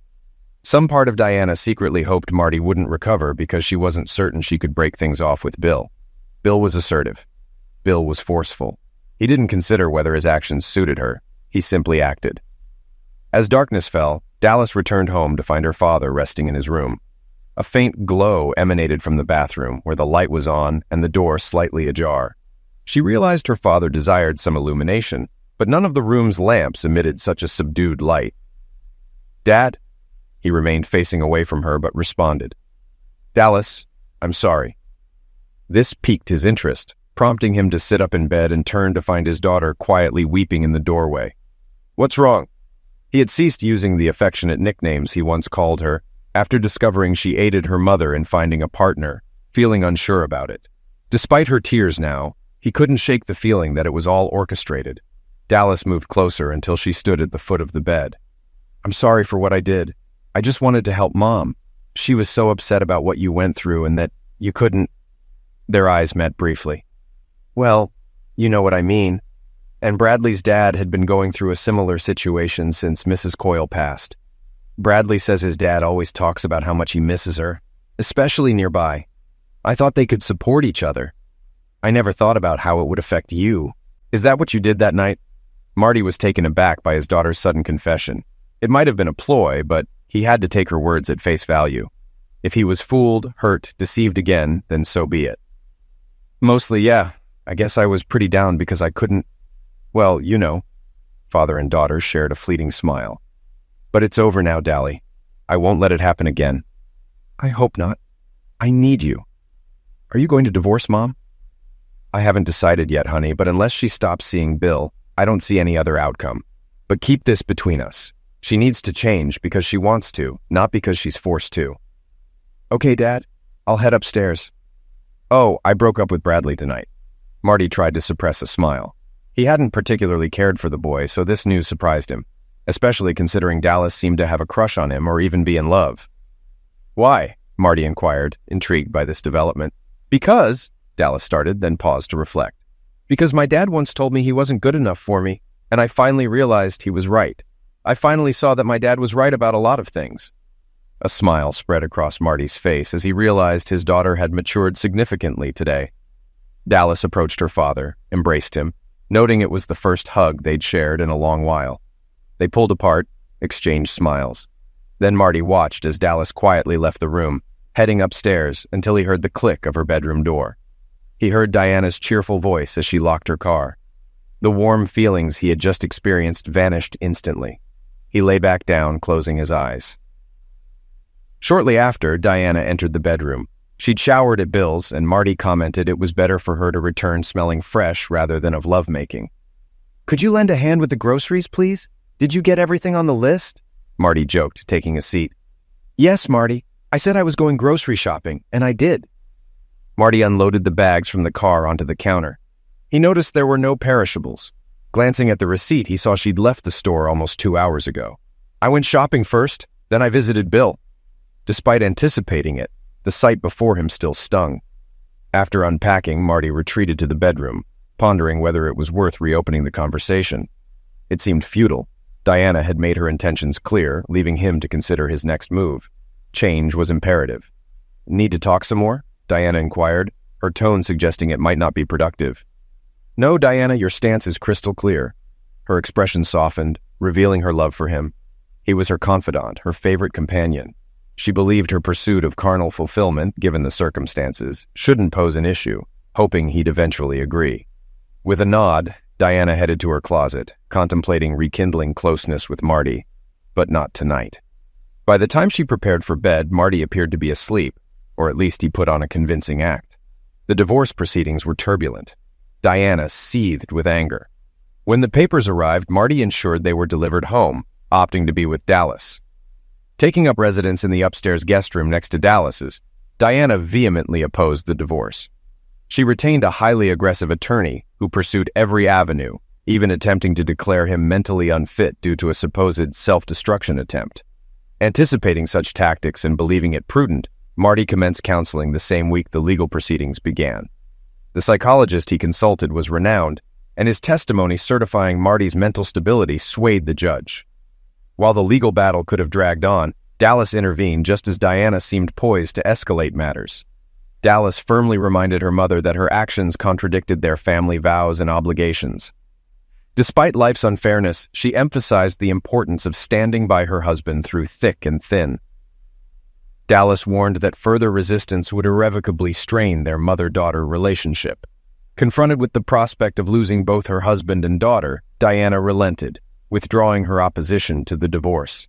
Their house was sold, with Marty consenting to alimony for a specified period, a concession he knew the court would mandate anyway. Diana secured a 2-bedroom apartment close to her workplace, eventually returning to full-time employment 8 months post-divorce. The dissolution left her embittered, particularly when Bill ended their relationship, revealing his involvement with other women. Diana's allure waned once she was no longer married. Meanwhile, Dallas pursued her education, dividing her time between both parents. Over time, Diana adopted a sufferer mentality, persistently blaming Marty for the divorce. Once more, when Dallas overheard her mother's remark, "If only he were more understanding," she snapped back. Did you even consider Dad? Around 10 p.m. on a Friday night, Marty stepped into the dimly lit club, seeking an escape from home. He simply sought a brief, enjoyable diversion. A couple of drinks and perhaps some dancing were all he had in mind. Settling onto a bar stool, he ordered a rum and coke. Sipping his drink, he scanned the crowd and noticed a woman at the far end of the bar who seemed familiar, though he couldn't quite place her. A nearly empty wine glass sat before her. Her dark brown flowing hair and revealing dress caught his attention. Straining to recall, Marty suddenly remembered. A faint smile touched his lips as he picked up his drink and approached her. Just as he drew near, she glanced up. "Dr. Lassiter," he said. She met his gaze, studying his face for a moment, but initially showed no sign of recognition, making Marty question his memory. "I leave Dr. Lassiter at the hospital. Out here I'm Vicky, but I'm afraid you have the upper hand. It's been a while, and I'm sure you interact with far more patients than I do with exceptional psychologists. Names stick with me better than faces. Test me. Martin Miller," he challenged. Vicky pondered the name briefly, and Marty patiently awaited her response. Observing her closely, he almost believed he could see the light bulb flicker in her mind. "Ah, Mr. Miller, a cheating spouse and a rather sudden encounter with a tree, if memory serves." "You're spot on. It's surprising we've only spoken twice, nearly a year. No, almost 2 years ago. It's chance." "Won't you join me?" Marty settled in, signaling for the bartender to refill their glasses. "Thanks, I'm game." "So what brings you out tonight, seeing someone special?" Marty inquired. "Trying to," Vicky responded, the glint in her eyes leaving no doubt about her intentions. "Really? I recall a rather impressive rock on your finger, or was I mistaken?" "Not long after my divorce was finalized, I kept wearing my rings, hoping to make my ex-husband, realize he had little in common with a 20-year-old cashier, apart from wanting her friend to join them in bed. Unfortunately, I didn't succeed." "Good Lord. Are they still together?" "Surprise, Mr. Miller, but I lost interest in Wayne's love life post-divorce." "No clue." "A dumb question, admittedly. And please, Marty or Martin, or even, but spare me Mr. Miller." "What did your wife call you?" "Marty." "Well, Martin, care to hit the dance floor with me? I'm game." Martin instructed the bartender to safeguard their drinks before leading Vicky to the dance floor. They swayed to a fast beat, effortlessly syncing up. Another lively tune followed before a slower melody took over. They remained entwined for the duration, swaying gently to the slower rhythm. Vicky wrapped her arms around Martin's neck while he held her close, hands firm against her back. Noticing the absence of a bra, Martin, being a man, was quick to observe. They locked eyes for a moment before Vicky nestled her head onto his shoulder, their embrace unbroken.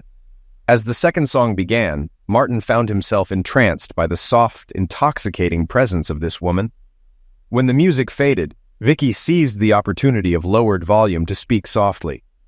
"Martin, I've had my fill of dancing, but I'm also feeling quite alone, if you catch my drift," she murmured in his ear. "How about I take you home and we address that?"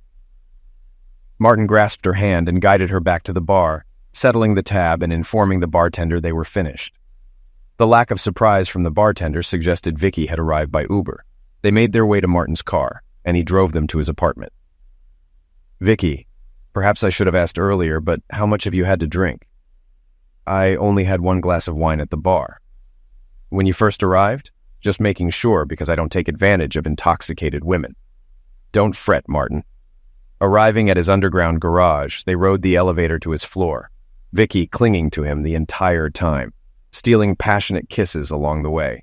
As soon as they entered his apartment and the door shut behind them, Vicky swiftly removed her dress. "Oh, Vicky, you look absolutely stunning." "Thank you, Martin. But are you just going to admire?" "I hope not." "Then lead me to your bedroom." Martin took her hand and guided her down the hallway, thankful that Dallas was visiting her mother that weekend. "I hope you have contraceptives." Martin did indeed have a few stashed in his bedside drawer, which he retrieved and placed on the nightstand. After over an hour of passionate lovemaking, they finally came back to reality. Martin lay on his back, with Vicky snuggled up to his left side. They weren't quite asleep, but were in that serene state between wakefulness and slumber. Martin felt rather than saw Vicky lift her head. "Martin, I just recalled the issue of erectile dysfunction in your story. Did that ever get resolved?" "Thankfully, it's no longer a problem." "What happened?" "Well, a couple of months after the accident with the oak tree, I began to feel a tingling sensation, as if a paralyzed limb were starting to recover. This sensation persisted for several weeks. Were you still married? Did you discuss it with your wife? Technically, yes, we were still married, but we had been living apart for a while. And no, I didn't discuss it with her. It didn't seem relevant. Over the following months, I started experiencing morning hardness more frequently, even during the day. After about 8 or 9 months, everything returned to normal. What did the doctors say? They couldn't provide a definitive answer. Despite numerous tests and scans, they couldn't pinpoint any specific cause. Ultimately, they attributed it to a peculiarity of the brain. They speculated that the impact from the tree might have somehow resolved the issue, but it remains uncertain. Well, I guess I'm fortunate. Would it be all right if I stayed the night? All right. Are we planning to have another round in the morning and then grab breakfast together? As they settled in for the night, Martin had one more question. Vicky, do you feel ready for a serious relationship? There was a prolonged silence, and Martin worried he might have overstepped, fearing she might bolt out of bed and request a ride home. Her attraction to him was undeniable, and it wasn't solely based on physical allure. She possessed intelligence, and he enjoyed her company. While it wasn't love yet, she was the first woman he had seriously considered after his divorce. Can we discuss this in the morning? Of course. Good night, Vicky. Good night, Martin. Vicky woke up before Martin, finding him in peaceful repose, so she decided to let him sleep. After using his shower, she headed to the kitchen to prepare breakfast. Martin's question from the previous night caught her off guard. It wasn't that she lacked attraction to him, but she had been focused on enjoying the moment. For months, she had convinced herself that she didn't need a man in her life, which was partially true. With a good job and supportive friends, she was content. However, if she were entirely honest with herself, she longed for companionship. But how would a decent man react once she shared her truth? Martin was roused from sleep by the aroma of something cooking. He stumbled into the kitchen to find Vicky wearing his shirt from the previous night and sporting the apron he kept in his closet. I was planning to invite you for breakfast, but it seems a bit late now. How about you invite me for lunch? Go get a quick shower and breakfast will be ready in 10 minutes. Martin joined Vicky in the kitchen just as she was setting up plates. On the table sat an omelet, a couple of sausages, and a piece of buttered toast. I didn't realize I had sausages in there. They were in the freezer. Hopefully they're still good. Martin took a bite and complimented the meal. Breakfast itself passed relatively quietly, with Martin taking on the task of cleaning the kitchen since Vicky had kindly prepared the food. They engaged in casual conversation until they finished, and once everything was loaded into the dishwasher, Martin turned to Vicky. Are you ready to talk? Mostly. Listen, Vicky, I don't want to complicate things or intrude on your life. If you're only interested in a casual encounter, that's okay. You don't owe me anything. I understand. There's something I need to tell you. Can we discuss it in the bedroom? I'll feel more comfortable there. They held hands and moved to the bedroom, sitting on the bed facing each other. Vicky squeezed Martin's hands tightly. Martin, although we only met last night, I think you're a wonderful person, and I genuinely like you. But there's something important you should know. I mentioned that my husband left me for a younger woman, which is true, but it's not the whole story. The main reason he left was because I can't have children. He wanted a family of his own and couldn't accept adoption as an alternative. He saw our inability to have biological children as a failure on my part. I'm in my 40s with an adult daughter. While I wouldn't mind having children, it's not a deal breaker for me. Good to know. Another thing I feel it's important for you to understand, well, at least I want to be honest about it. It's something I'm not proud of. After the divorce was finalized, I went through a rough patch. I was grappling with my age and the fact that my husband left me for someone much younger. In case you're curious, I'm 37. I was curious, but I wasn't going to ask. They both shared a slight chuckle. I also felt, well, incomplete, I guess is the best way to put it. Honestly, I didn't feel like much of a woman at all. How can you feel like a woman when you can't have children? I know what you're thinking, but that's exactly how I felt at the time. So I decided to reclaim my femininity. If I couldn't define it through motherhood, then I was determined to define it in other ways. I engaged in casual encounters, mostly with strangers, but there were many of them. I adopted the alias Angela and never turned down an opportunity when I felt like it. This continued for several months until I realized it was self-destructive and sought therapy. Even then, I continued, albeit less frequently, until I reached a point where I could put an end to it. Wasn't that what you were up to last night? Martin asked cautiously. He didn't want to come off as judgmental, just genuinely curious. But there was no denying that last night she was on the prowl. She was unmistakably a cougar. Yes, that's right. As a woman, I have needs, and sometimes I go out to fulfill them. But now, I'm more selective about who I choose. There have been many nights when I ended up going home alone and, well, taking care of things myself. I suppose I should be grateful I passed the test. Of course, Martin. I genuinely enjoy our time together. And to answer your question, I'm keen to explore more, but I want to be transparent about my past experiences. I actually got tested recently and fortunately came out clean, which was incredibly fortunate. I'm not on birth control, but I can provide a note from my doctor if you need confirmation. Assuming you're open to it, I suggest we both get tested and commit to being exclusive. Martin sat in silence for a few moments, processing her words. Vicky waited anxiously but patiently. Finally, he was ready to respond. Vicky, thank you for being so upfront. I know that couldn't have been easy. I think I owe you the same. Our experiences aren't too dissimilar. After my divorce, I was relieved it was over, but struggled with feelings of inadequacy. I didn't know how I'd ever find another partner, and I faced the prospect of being completely alone. My therapist pointed out that, as we age, many women lose interest in lovemaking and prefer non-carnal affection. I thought I'd have to find someone much older than me, or wait a few years until things improved. And even when it seemed like everything was back to normal, I wasn't in the best shape. As you felt the need to demonstrate your femininity, I felt compelled to prove my masculinity. I went out often to pursue women, aiming to establish, at least in my own perception, my prowess. I wasn't any more selective than you. Some encounters were rather casual. Let's just say I've had my fair share of experiences. This continued for a while, but I wasn't as fortunate as you. I faced a bout of gonorrhea and had to confess to my doctor that I couldn't recall the names of my carnal partners. We addressed everything, and through therapy, I started to examine my behavior. It's been a long time since I've engaged with a woman without protection, but I'm willing to get tested and commit to exclusivity. So are we giving it a shot, you and me? Vicky inquired, her eyes blinking, already knowing the answer. I suppose so, Martin responded to this rhetorical question. Martin's stash of contraceptives had been depleted by lunchtime. The inevitable encounter with Diana happened approximately 3 months into Martin and Vicky's relationship. Their bond was strong, and Vicky got along well with Dallas. Although they each had their own homes, they spent every night together, hinting at a more permanent commitment. They decided to visit a club catering to a mature crowd. With a DJ spinning tunes and a layout that facilitated conversation, Martin and Vicky enjoyed their evening. However, Vicky was caught off guard when Martin's smile suddenly vanished, his gaze shifting past her. Curiously following his line of sight, she spotted Diana. Martin and Diana locked eyes almost simultaneously. Martin's expression turned neutral, while Diana's face twisted into a smirk as she approached their table. Despite the passage of time, Diana remained bitter after the divorce.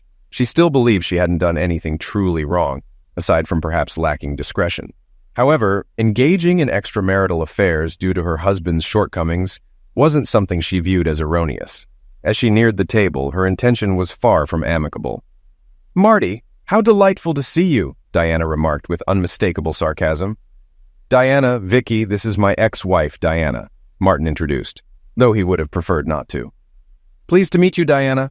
I've heard quite a bit about you," Vicky offered. "Well, I haven't heard a single word about you," Diana retorted bitterly. "We're divorced, Diana. It's been over a year. My life is no longer your concern. Now, if you'll excuse us," Martin interjected, implying that he wanted his ex-wife to leave them alone. "Of course, Martin. I wouldn't want to intrude on your date, but, Vicky, there's something you should know," Diana interjected. "And what might that be?" Vicky inquired, glancing at Martin before turning back to Diana. "You probably don't want to mess with him. We got divorced because he couldn't perform." Martin observed Vicky closely, awaiting her response while Vicky struggled to suppress a soft chuckle. She turned to Martin, raising an eyebrow.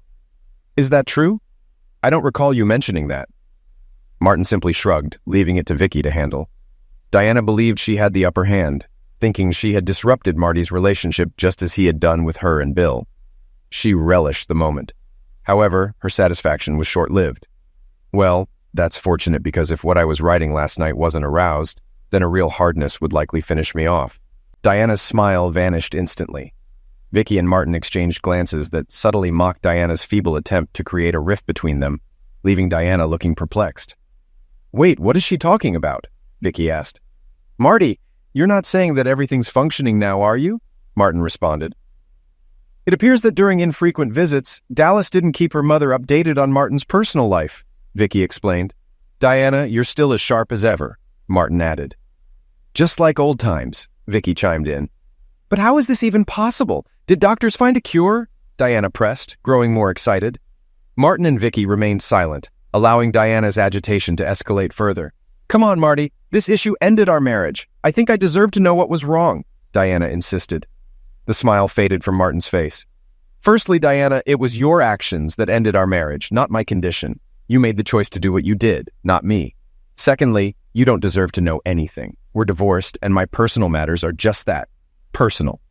Please, Marty, you can attribute our breakup to my choices all you want, and I can't argue with that, but I wouldn't have done what I did if everything was normal, Diana countered. All right, Diana, it just happened. The doctors believe that whatever the issue was, after my first accident, it simply needed time to heal. If you had been patient and stood by me through my illness, as our vows stated, we'd still be married. Diana was stunned, her mouth agape as she struggled to find words in response to the shocking revelation. I can't believe this. It's like fate is against me, she exclaimed. He's just upholding the vows, Martin muttered. Curious, Diana's eyes gleamed as she inquired. What was it? Nothing. It doesn't matter now. You know the truth. Could you please give us the rest of the evening? Martin requested. After a thoughtful pause of about 30 seconds, Diana met Martin's gaze with a contrite expression. You're right, Marty. I owe you an apology. My actions were selfish and short-sighted. I should have been stronger. I destroyed a good marriage. I'm truly sorry, she confessed. With that, Diana left not only their table, but also the club itself. Martin and Vicky watched her departure, feeling a twinge of pity for her. Martin then turned to Vicky. Let's dance, my love. 6 months later, Martin and Vicky tied the knot. Story 4. I pull into my parents' driveway. The familiar crunch of gravel under my tires a small comfort after a long day of property tours. The late afternoon sun casts long shadows across the well-manicured lawn, and for a moment, I sit in my car, gathering my thoughts. My relationship with Katrina has been strained lately. We've been drifting apart, like ships passing in the night. I can't put my finger on why, but something feels off. That's partly why I'm here. I thought a surprise visit to Mom and Dad might help clear my head, remind me of simpler times. As I step out of the car, the scent of Mom's rose bushes wafts over me. I breathe deeply, feeling some of the tension leave my shoulders. This house has always been a sanctuary, a place where I know I'm loved unconditionally. I make my way up the front steps, each one creaking in that familiar way they've done since I was a kid. I'm about to knock when I hear voices drifting through the half-open window. I pause, my hand hovering in midair. That's Mom's voice, sure enough, but she's not alone. When will you tell my son the kids aren't his? The words hit me like a physical blow. I stumble back, nearly losing my footing on the steps. That can't be right. I must have misheard. But then another voice, one I know all too well, responds. Not until they finish college and get married, Katrina says, her tone casual, as if discussing the weather. Their real dad can't afford it. It's not like Tyrell has ever suspected a thing. The world tilts on its axis. I grab the porch railing to steady myself, my knuckles turning white from the force of my grip. My mind reels, trying to process what I've just heard. Isaac and Landon, not mine. My twin boys, my pride and joy. The legacy I thought I was building, it's all been a lie. I want to burst through that door. I want to confront them, to demand answers, to unleash the storm of emotions building inside me.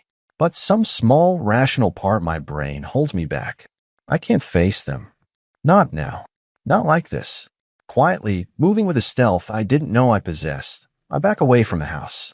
My feet carry me to my car on autopilot. I slide behind the wheel, my hand shaking as I turn the key in the ignition. As I pull away, I catch a glimpse of myself in the rearview mirror. I barely recognize the man staring back at me. His eyes are wild, his face pale. In that moment, I realize my life will never be the same. The drive home passes in a blur. My mind races, replaying that overheard conversation on an endless loop. 19 years of marriage, and it's all been a lie. How could Katrina do this to me? How could my own mother be complicit in this deception? I pull into our driveway. No, my driveway. This house, this life we built together, suddenly feels like a stage set, a prop in some cruel play where I'm the only one who doesn't know the script. Taking a deep breath, I school my features into what I hope is a neutral expression. I can't let Katrina know what I've discovered. Not yet. I need time to think, to plan. As I walk through the front door, Katrina calls out from the kitchen. Tyrell, is that you, honey? Yeah, it's me. I manage to reply, proud of how steady my voice sounds. She appears in the doorway, wiping her hands on a dish towel. Her smile is warm, welcoming the same smile I've come home to for nearly 2 decades. How many times has that smile hidden a lie? You're home early, she says, leaning in for a kiss. It takes every ounce of willpower I possess not to flinch away. How was your day? I forced myself to return the kiss, to play along with this charade. Oh, you know, the usual. Showed a few houses, dealt with some picky clients. I shrug, aiming for nonchalance. Nothing exciting. If only she knew. Well, dinner will be ready in about an hour, Katrina says, turning back to the kitchen. The boys should be home from practice soon. The boys? My boys? No, not my boys. The thought sent a fresh wave of pain through me. Sounds good. I call after her. I'm going to grab a quick shower.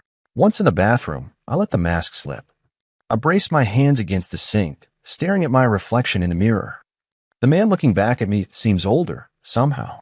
Worn, betrayed. As the water beats down on my shoulders, I try to piece together a plan. I can't confront Katrina. Not yet. I need more information. I need proof. And I need to protect myself and the boys from whatever fallout is coming.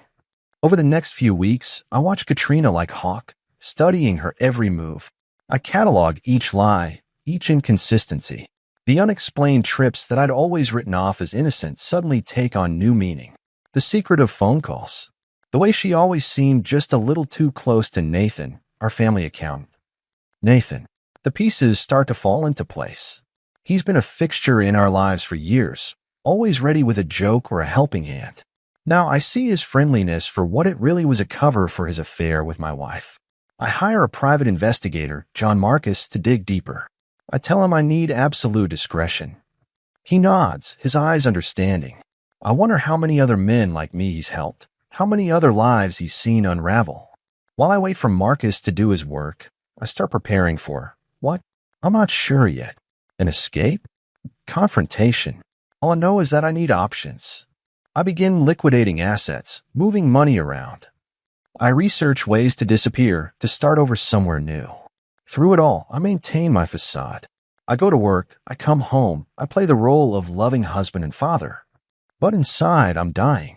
Every laugh, every touch, every moment of intimacy with Katrina feels like a betrayal. I look at Isaac and Landon, searching their faces for some sign of, what? That they're not mine? That they somehow know the truth? But they're oblivious, caught up in their own teenage lives. They have no idea that their world is about to be turned upside down. Finally, after what feels like an eternity, Marcus calls me to his office. I make an excuse to Katrina about meeting a client and drive downtown, my heart pounding in my chest. Marcus's office is small, cluttered with files and outdated technology. He gestures for me to sit, his face grave. Mr. Winslow, he says, I have the information you requested. He slides a folder across the desk. With trembling hands, I open it. And there it is in black and white. Pictures of Katrina and Nathan together. Hotel bookings. Late-night dinners. Money transfers. The evidence is overwhelming, undeniable. How long? I ask, my voice barely above a whisper. Marcus clears his throat. Based on the financial records and witness statements, the affair appears to have been ongoing for approximately 18 years. 18 years. My entire marriage, my entire life with Katrina has been a lie. And the boys, I force myself to ask, even though I already know the answer. Marcus's eyes are sympathetic. DNA tests would be needed for absolute confirmation, but given the timeline, it's highly likely that Mr. Greaves is their biological father. I nod, numb. I know, of course.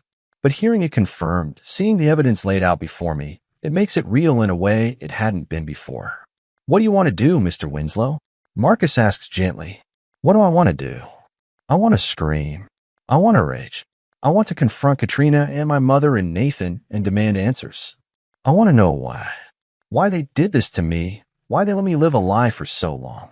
But as the initial wave of fury passes, something else takes its place. A cold, calculated anger. A desire not just for answers, but for justice. For revenge. I want to disappear, I hear myself say. I want to leave without a trace. And I want them to pay for what they've done. Marcus nods, unsurprised. I can help with that, he says. But are you sure? Once you start down this path, I'm sure I interrupt. They've taken everything from me. My marriage, my children, my trust. Now I'm going to take everything from them. As I leave Marcus's office, I feel a strange sense of calm. For the first time in weeks, I know exactly what I need to do. Katrina, Nathan, even my own mother, they thought they could play me for a fool. They underestimated me. Now they're going to learn just how big a mistake that was. The next 2 months pass in a blur of careful planning and barely contained rage. Every morning, I wake up next to Katrina, fighting the urge to confront her, to unleash the storm of emotion swirling inside me. But I know I can't. Not yet. I have to play the long game. One morning, as we're getting ready for work, Katrina catches me staring at her. "Everything okay, honey?" she asks, her brow furrowed in what looks like genuine concern. I force a smile. "Yeah, just thinking about work. Big day ahead." She nods, seemingly satisfied with my answer. "Don't work too hard. Maybe we could have dinner together tonight. Just the two of us." The irony of her suggestion almost makes me laugh. "Sure," I reply, keeping my voice neutral. "I'll try to wrap up early." As I leave for work, I can't help but wonder how many times she's lied to my face like this. How many work dinners were actually rendezvous with Nathan? At the office, I go through the motions of my day job, but my mind is elsewhere. I've been slowly liquidating assets, moving money around in ways that won't raise suspicion. It's amazing how easy it is to hide things when you know what you're doing. I've learned from the best after all. That evening, I make it home just in time for our date night. Katrina's made my favorite meal, and she's even opened a bottle of wine. As we sit down to eat, she reaches across the table and takes my hand. "Tyrell," she says, her voice soft. "I feel like we've been drifting apart lately. Is everything okay?" I look into her eyes, searching for any sign of guilt, any hint that she knows I've discovered her secret, but all I see is concern. She's either an incredible actress or she's completely compartmentalized her betrayal. "I'm fine," I lie, squeezing her hand. "Just been stressed with work, that's all." She nods, but doesn't look entirely convinced. You can talk to me about anything, right? I'm here for you. Always." The words hit me like a physical blow. How can she sit here, professing her love and support, when she's been living a lie for our entire marriage? I know I managed to say, "Thanks, Katrina." We finish dinner in relative silence, the weight of unspoken truths hanging heavy between us. The next morning, I wake before dawn. Today's the day. I planned everything meticulously, down to the smallest detail. I watch Katrina sleep for a moment, memorizing her face. Despite everything, a part of me still loves her. But that part is overshadowed by the betrayal, the anger, the hurt. I leave a note on the kitchen counter. It's vague, talking about needing space and time to clear my head. Nothing that would raise immediate alarm bells. By the time she reads it, I'll be long gone. I grab my pre-packed bag and take one last look around the house. So many memories here, both good and bad. But it's all tainted now. As I step out into the pre-dawn darkness, a wave of emotions washes over me. Fear, excitement, sadness, anger, they all swirl together into a potent cocktail. But underneath it all is a sense of purpose. I'm taking control of my life for the first time in years. I drive to a nearby parking garage where I've arranged to meet John Marcus. He's waiting for me, a folder in his hands. "Everything's set, Mr. Winslow," he says as I approach. "Your new identity is ready. James Lawson, born in Ohio, no criminal record. The backstory we created should hold up under scrutiny." I nod, taking the folder from him. "And the other arrangements, all taken care of," Marcus assures me. "The cabin in Montana is yours. It's isolated, just like you wanted. And I've set up the system to monitor your family's activities from afar." "They're not my family anymore," I say, the words tasting bitter in my mouth. Marcus gives me a sympathetic look. "Right? Of course. Well, everything's in place. Are you sure about this, Mr. Winslow? Once you disappear, there's no going back." I take a deep breath, steeling myself. "I'm sure. They took everything from me. Now, I want to watch as they lose everything too. With a final handshake, I say goodbye to John Marcus and to Tyrell Winslow. From this moment on, I am James Lawson. The drive to Montana is long and lonely, giving me plenty of time to think. I replay conversations with Katrina in my head, searching for clues I might have missed. I think about Isaac and Landon, wondering if I'll ever see them again. The pain of losing them is almost unbearable, but I remind myself that they were never truly mine to begin with. When I finally arrive at the cabin, I'm exhausted but wired. The place is run down, just as Marcus described, but I can't see its potential. This will be my new beginning. Over the next few months, I throw myself into renovating the cabin and establishing my new identity. I grow a beard, let my hair get a little longer. When I look in the mirror now, I barely recognize myself. It's fitting, I suppose. Tyrell Winslow is dead. James Lawson is all that remains. I start a small business restoring vintage cars, something I've always been passionate about but never had the time to pursue. It's therapeutic, losing myself in the work of bringing these old machines back to life. All the while, I keep tabs on what's happening back in New Jersey. Marcus sends me regular updates, and I have access to surveillance feeds and financial records. I watch as my disappearance throws Katrina's world into chaos. About 6 months after I vanished, I receive a particularly interesting report from Marcus. He's managed to bug Katrina's new apartment a far cry from our spacious house. I listen to a conversation between her and Nathan. I don't understand. Katrina's voice crackles through the speaker. How could he just leave like that? It doesn't make any sense. Maybe he found out. Nathan suggests, his tone cautious. There's a moment of tense silence before Katrina responds. No, that's impossible. We were so careful. He couldn't have known. I can't help but smirk at her confidence. She always did underestimate me. Well, whatever the reason, Nathan continues, we have bigger problems.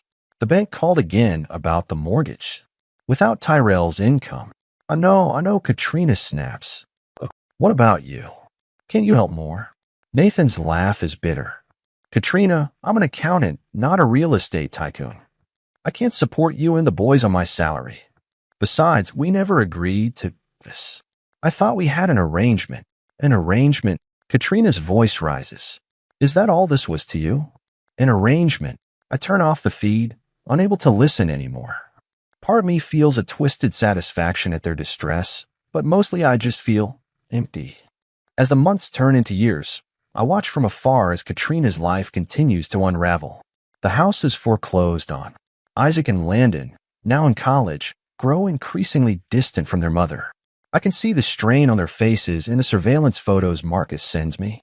One day, about 2 years after my disappearance, I receive an alert that a letter has been delivered to Katrina. It's the letter I arranged to have sent, revealing my new will. I imagine her face as she reads it, realizing that I've left everything to Isaac and Landon, with strict conditions that they never learn the truth about their parentage. I tune into the surveillance feed, curious to see her reaction. Katrina sits at her small kitchen table, the letter clutched in her shaking hands. Nathan paces behind her. This can't be real, Katrina says, her voice trembling. How could he have known? How could he have planned this? Nathan stops pacing, leaning over her shoulder to read the letter. Jesus, he mutters. He played us. All this time, we thought we were so clever. Katrina lets out a strangled laugh. Clever? We've lost everything, Nathan. The house, the cars, our savings. It's all gone to the boys. And we can't even tell them why without revealing everything. Maybe we should, Nathan suggests. Come clean about all of it. At least then. No, Katrina shouts, slamming her hand on the table. We can't. Don't you see? If we tell them the truth now, after all this time, we'll lose them for good. I watch as Nathan's face hardens. We, he says, his voice cold. Katrina, I think it's time we face facts. There is no we anymore. I can't do this. I'm sorry, but I'm done. As Nathan walks out, leaving Katrina sobbing at the table, I feel a complex mix of emotions.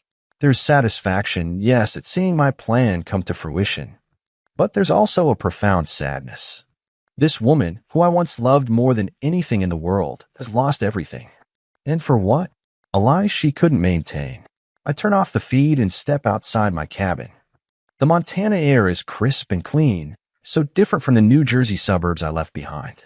In the distance, I can see the mountains, their peaks still snow-capped even in summer. For the first time in years, I feel a sense of peace. The anger that's been driving me for so long begins to ebb, replaced by something else. Not forgiveness exactly, but acceptance. What's done is done. I can't change the past, but I can shape my future. As I stand there, looking out at the vast landscape before me, I make a decision. It's time to truly let go of Tyrell Winslow and embrace my new life as James Lawson. The revenge is played out. Now it's time to focus on healing. I head back inside and fire up my laptop. There's a classic car auction coming up in Billings. Maybe it's time to expand my business.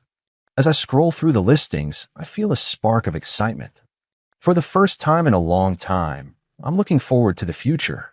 The ghost of Tyrell Winslow may always haunt me, but James Lawson has a life to live, and I intend to make the most of it. The years roll by, each one easier than the last. My life as James Lawson has become more than just a cover. It's who I am now.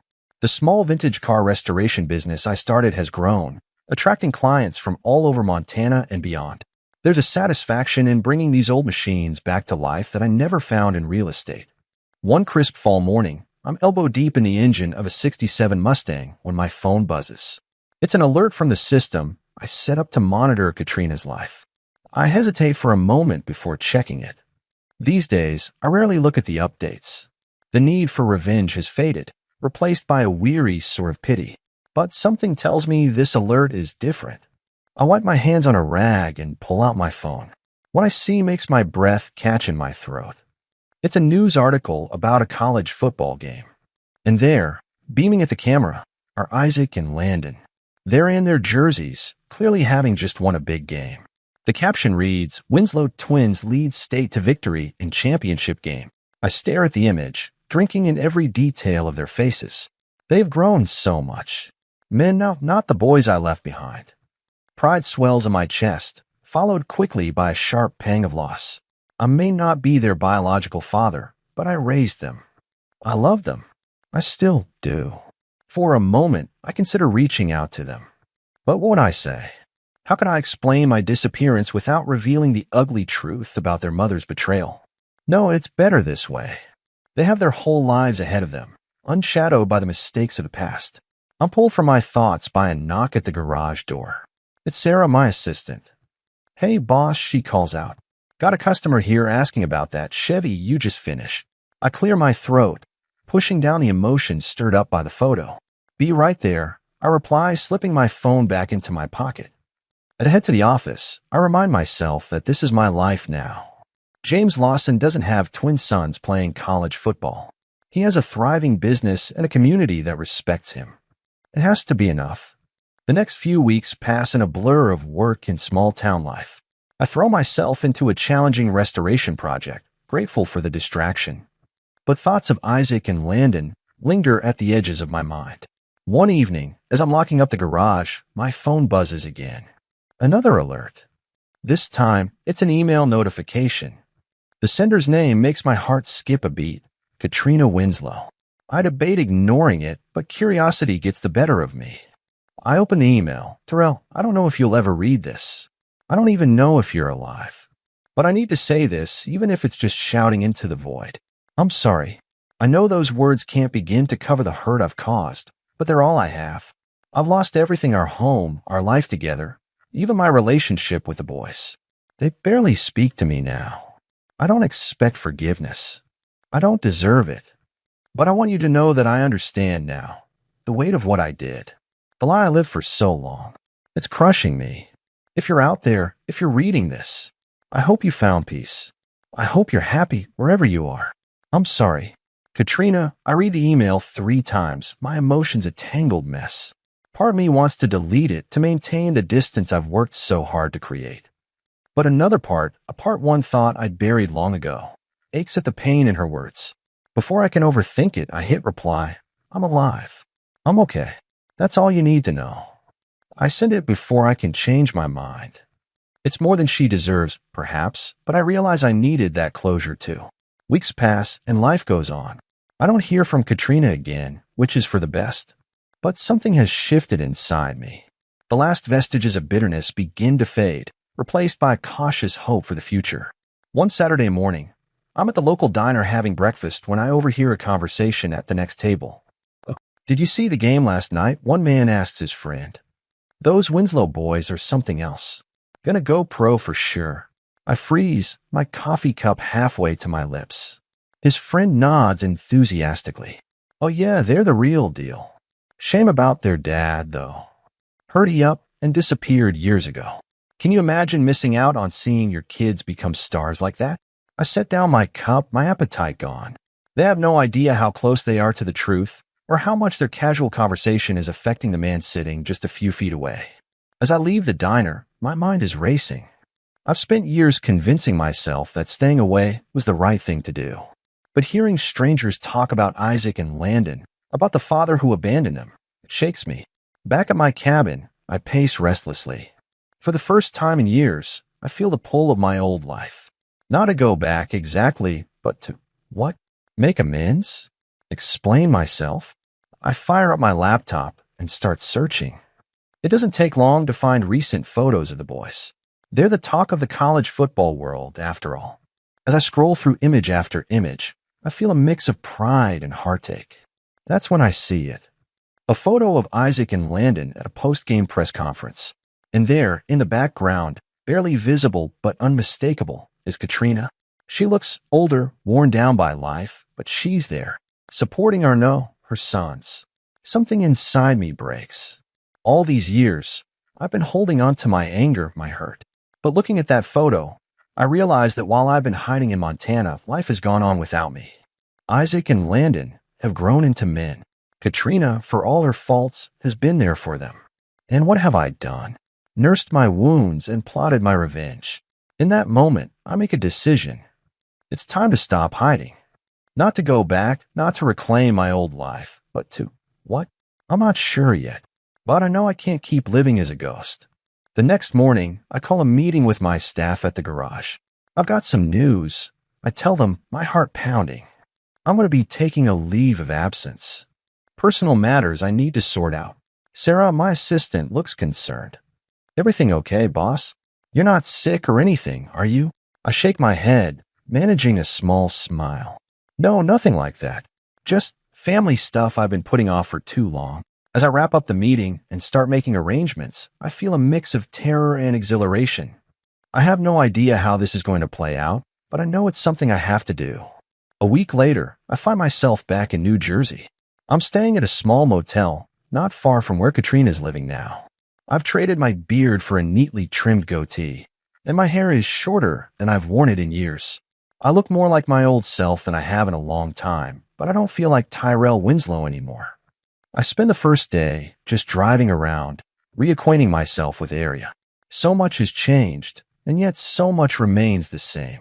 It's disorienting, like stepping into a familiar dream.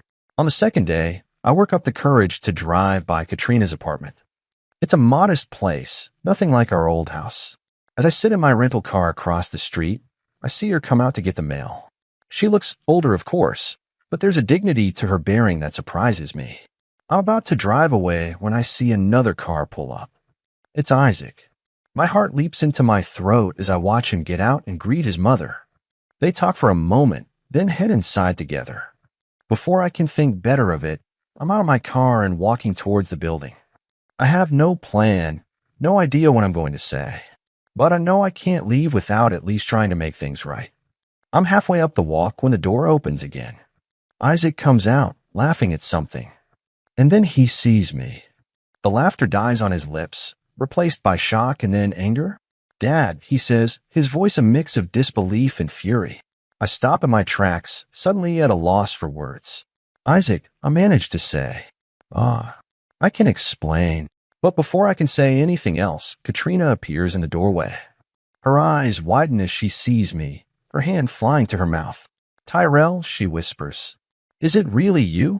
For a moment, we're all frozen, the weight of years of secrets and lies hanging heavy between us. Then Isaac breaks the silence.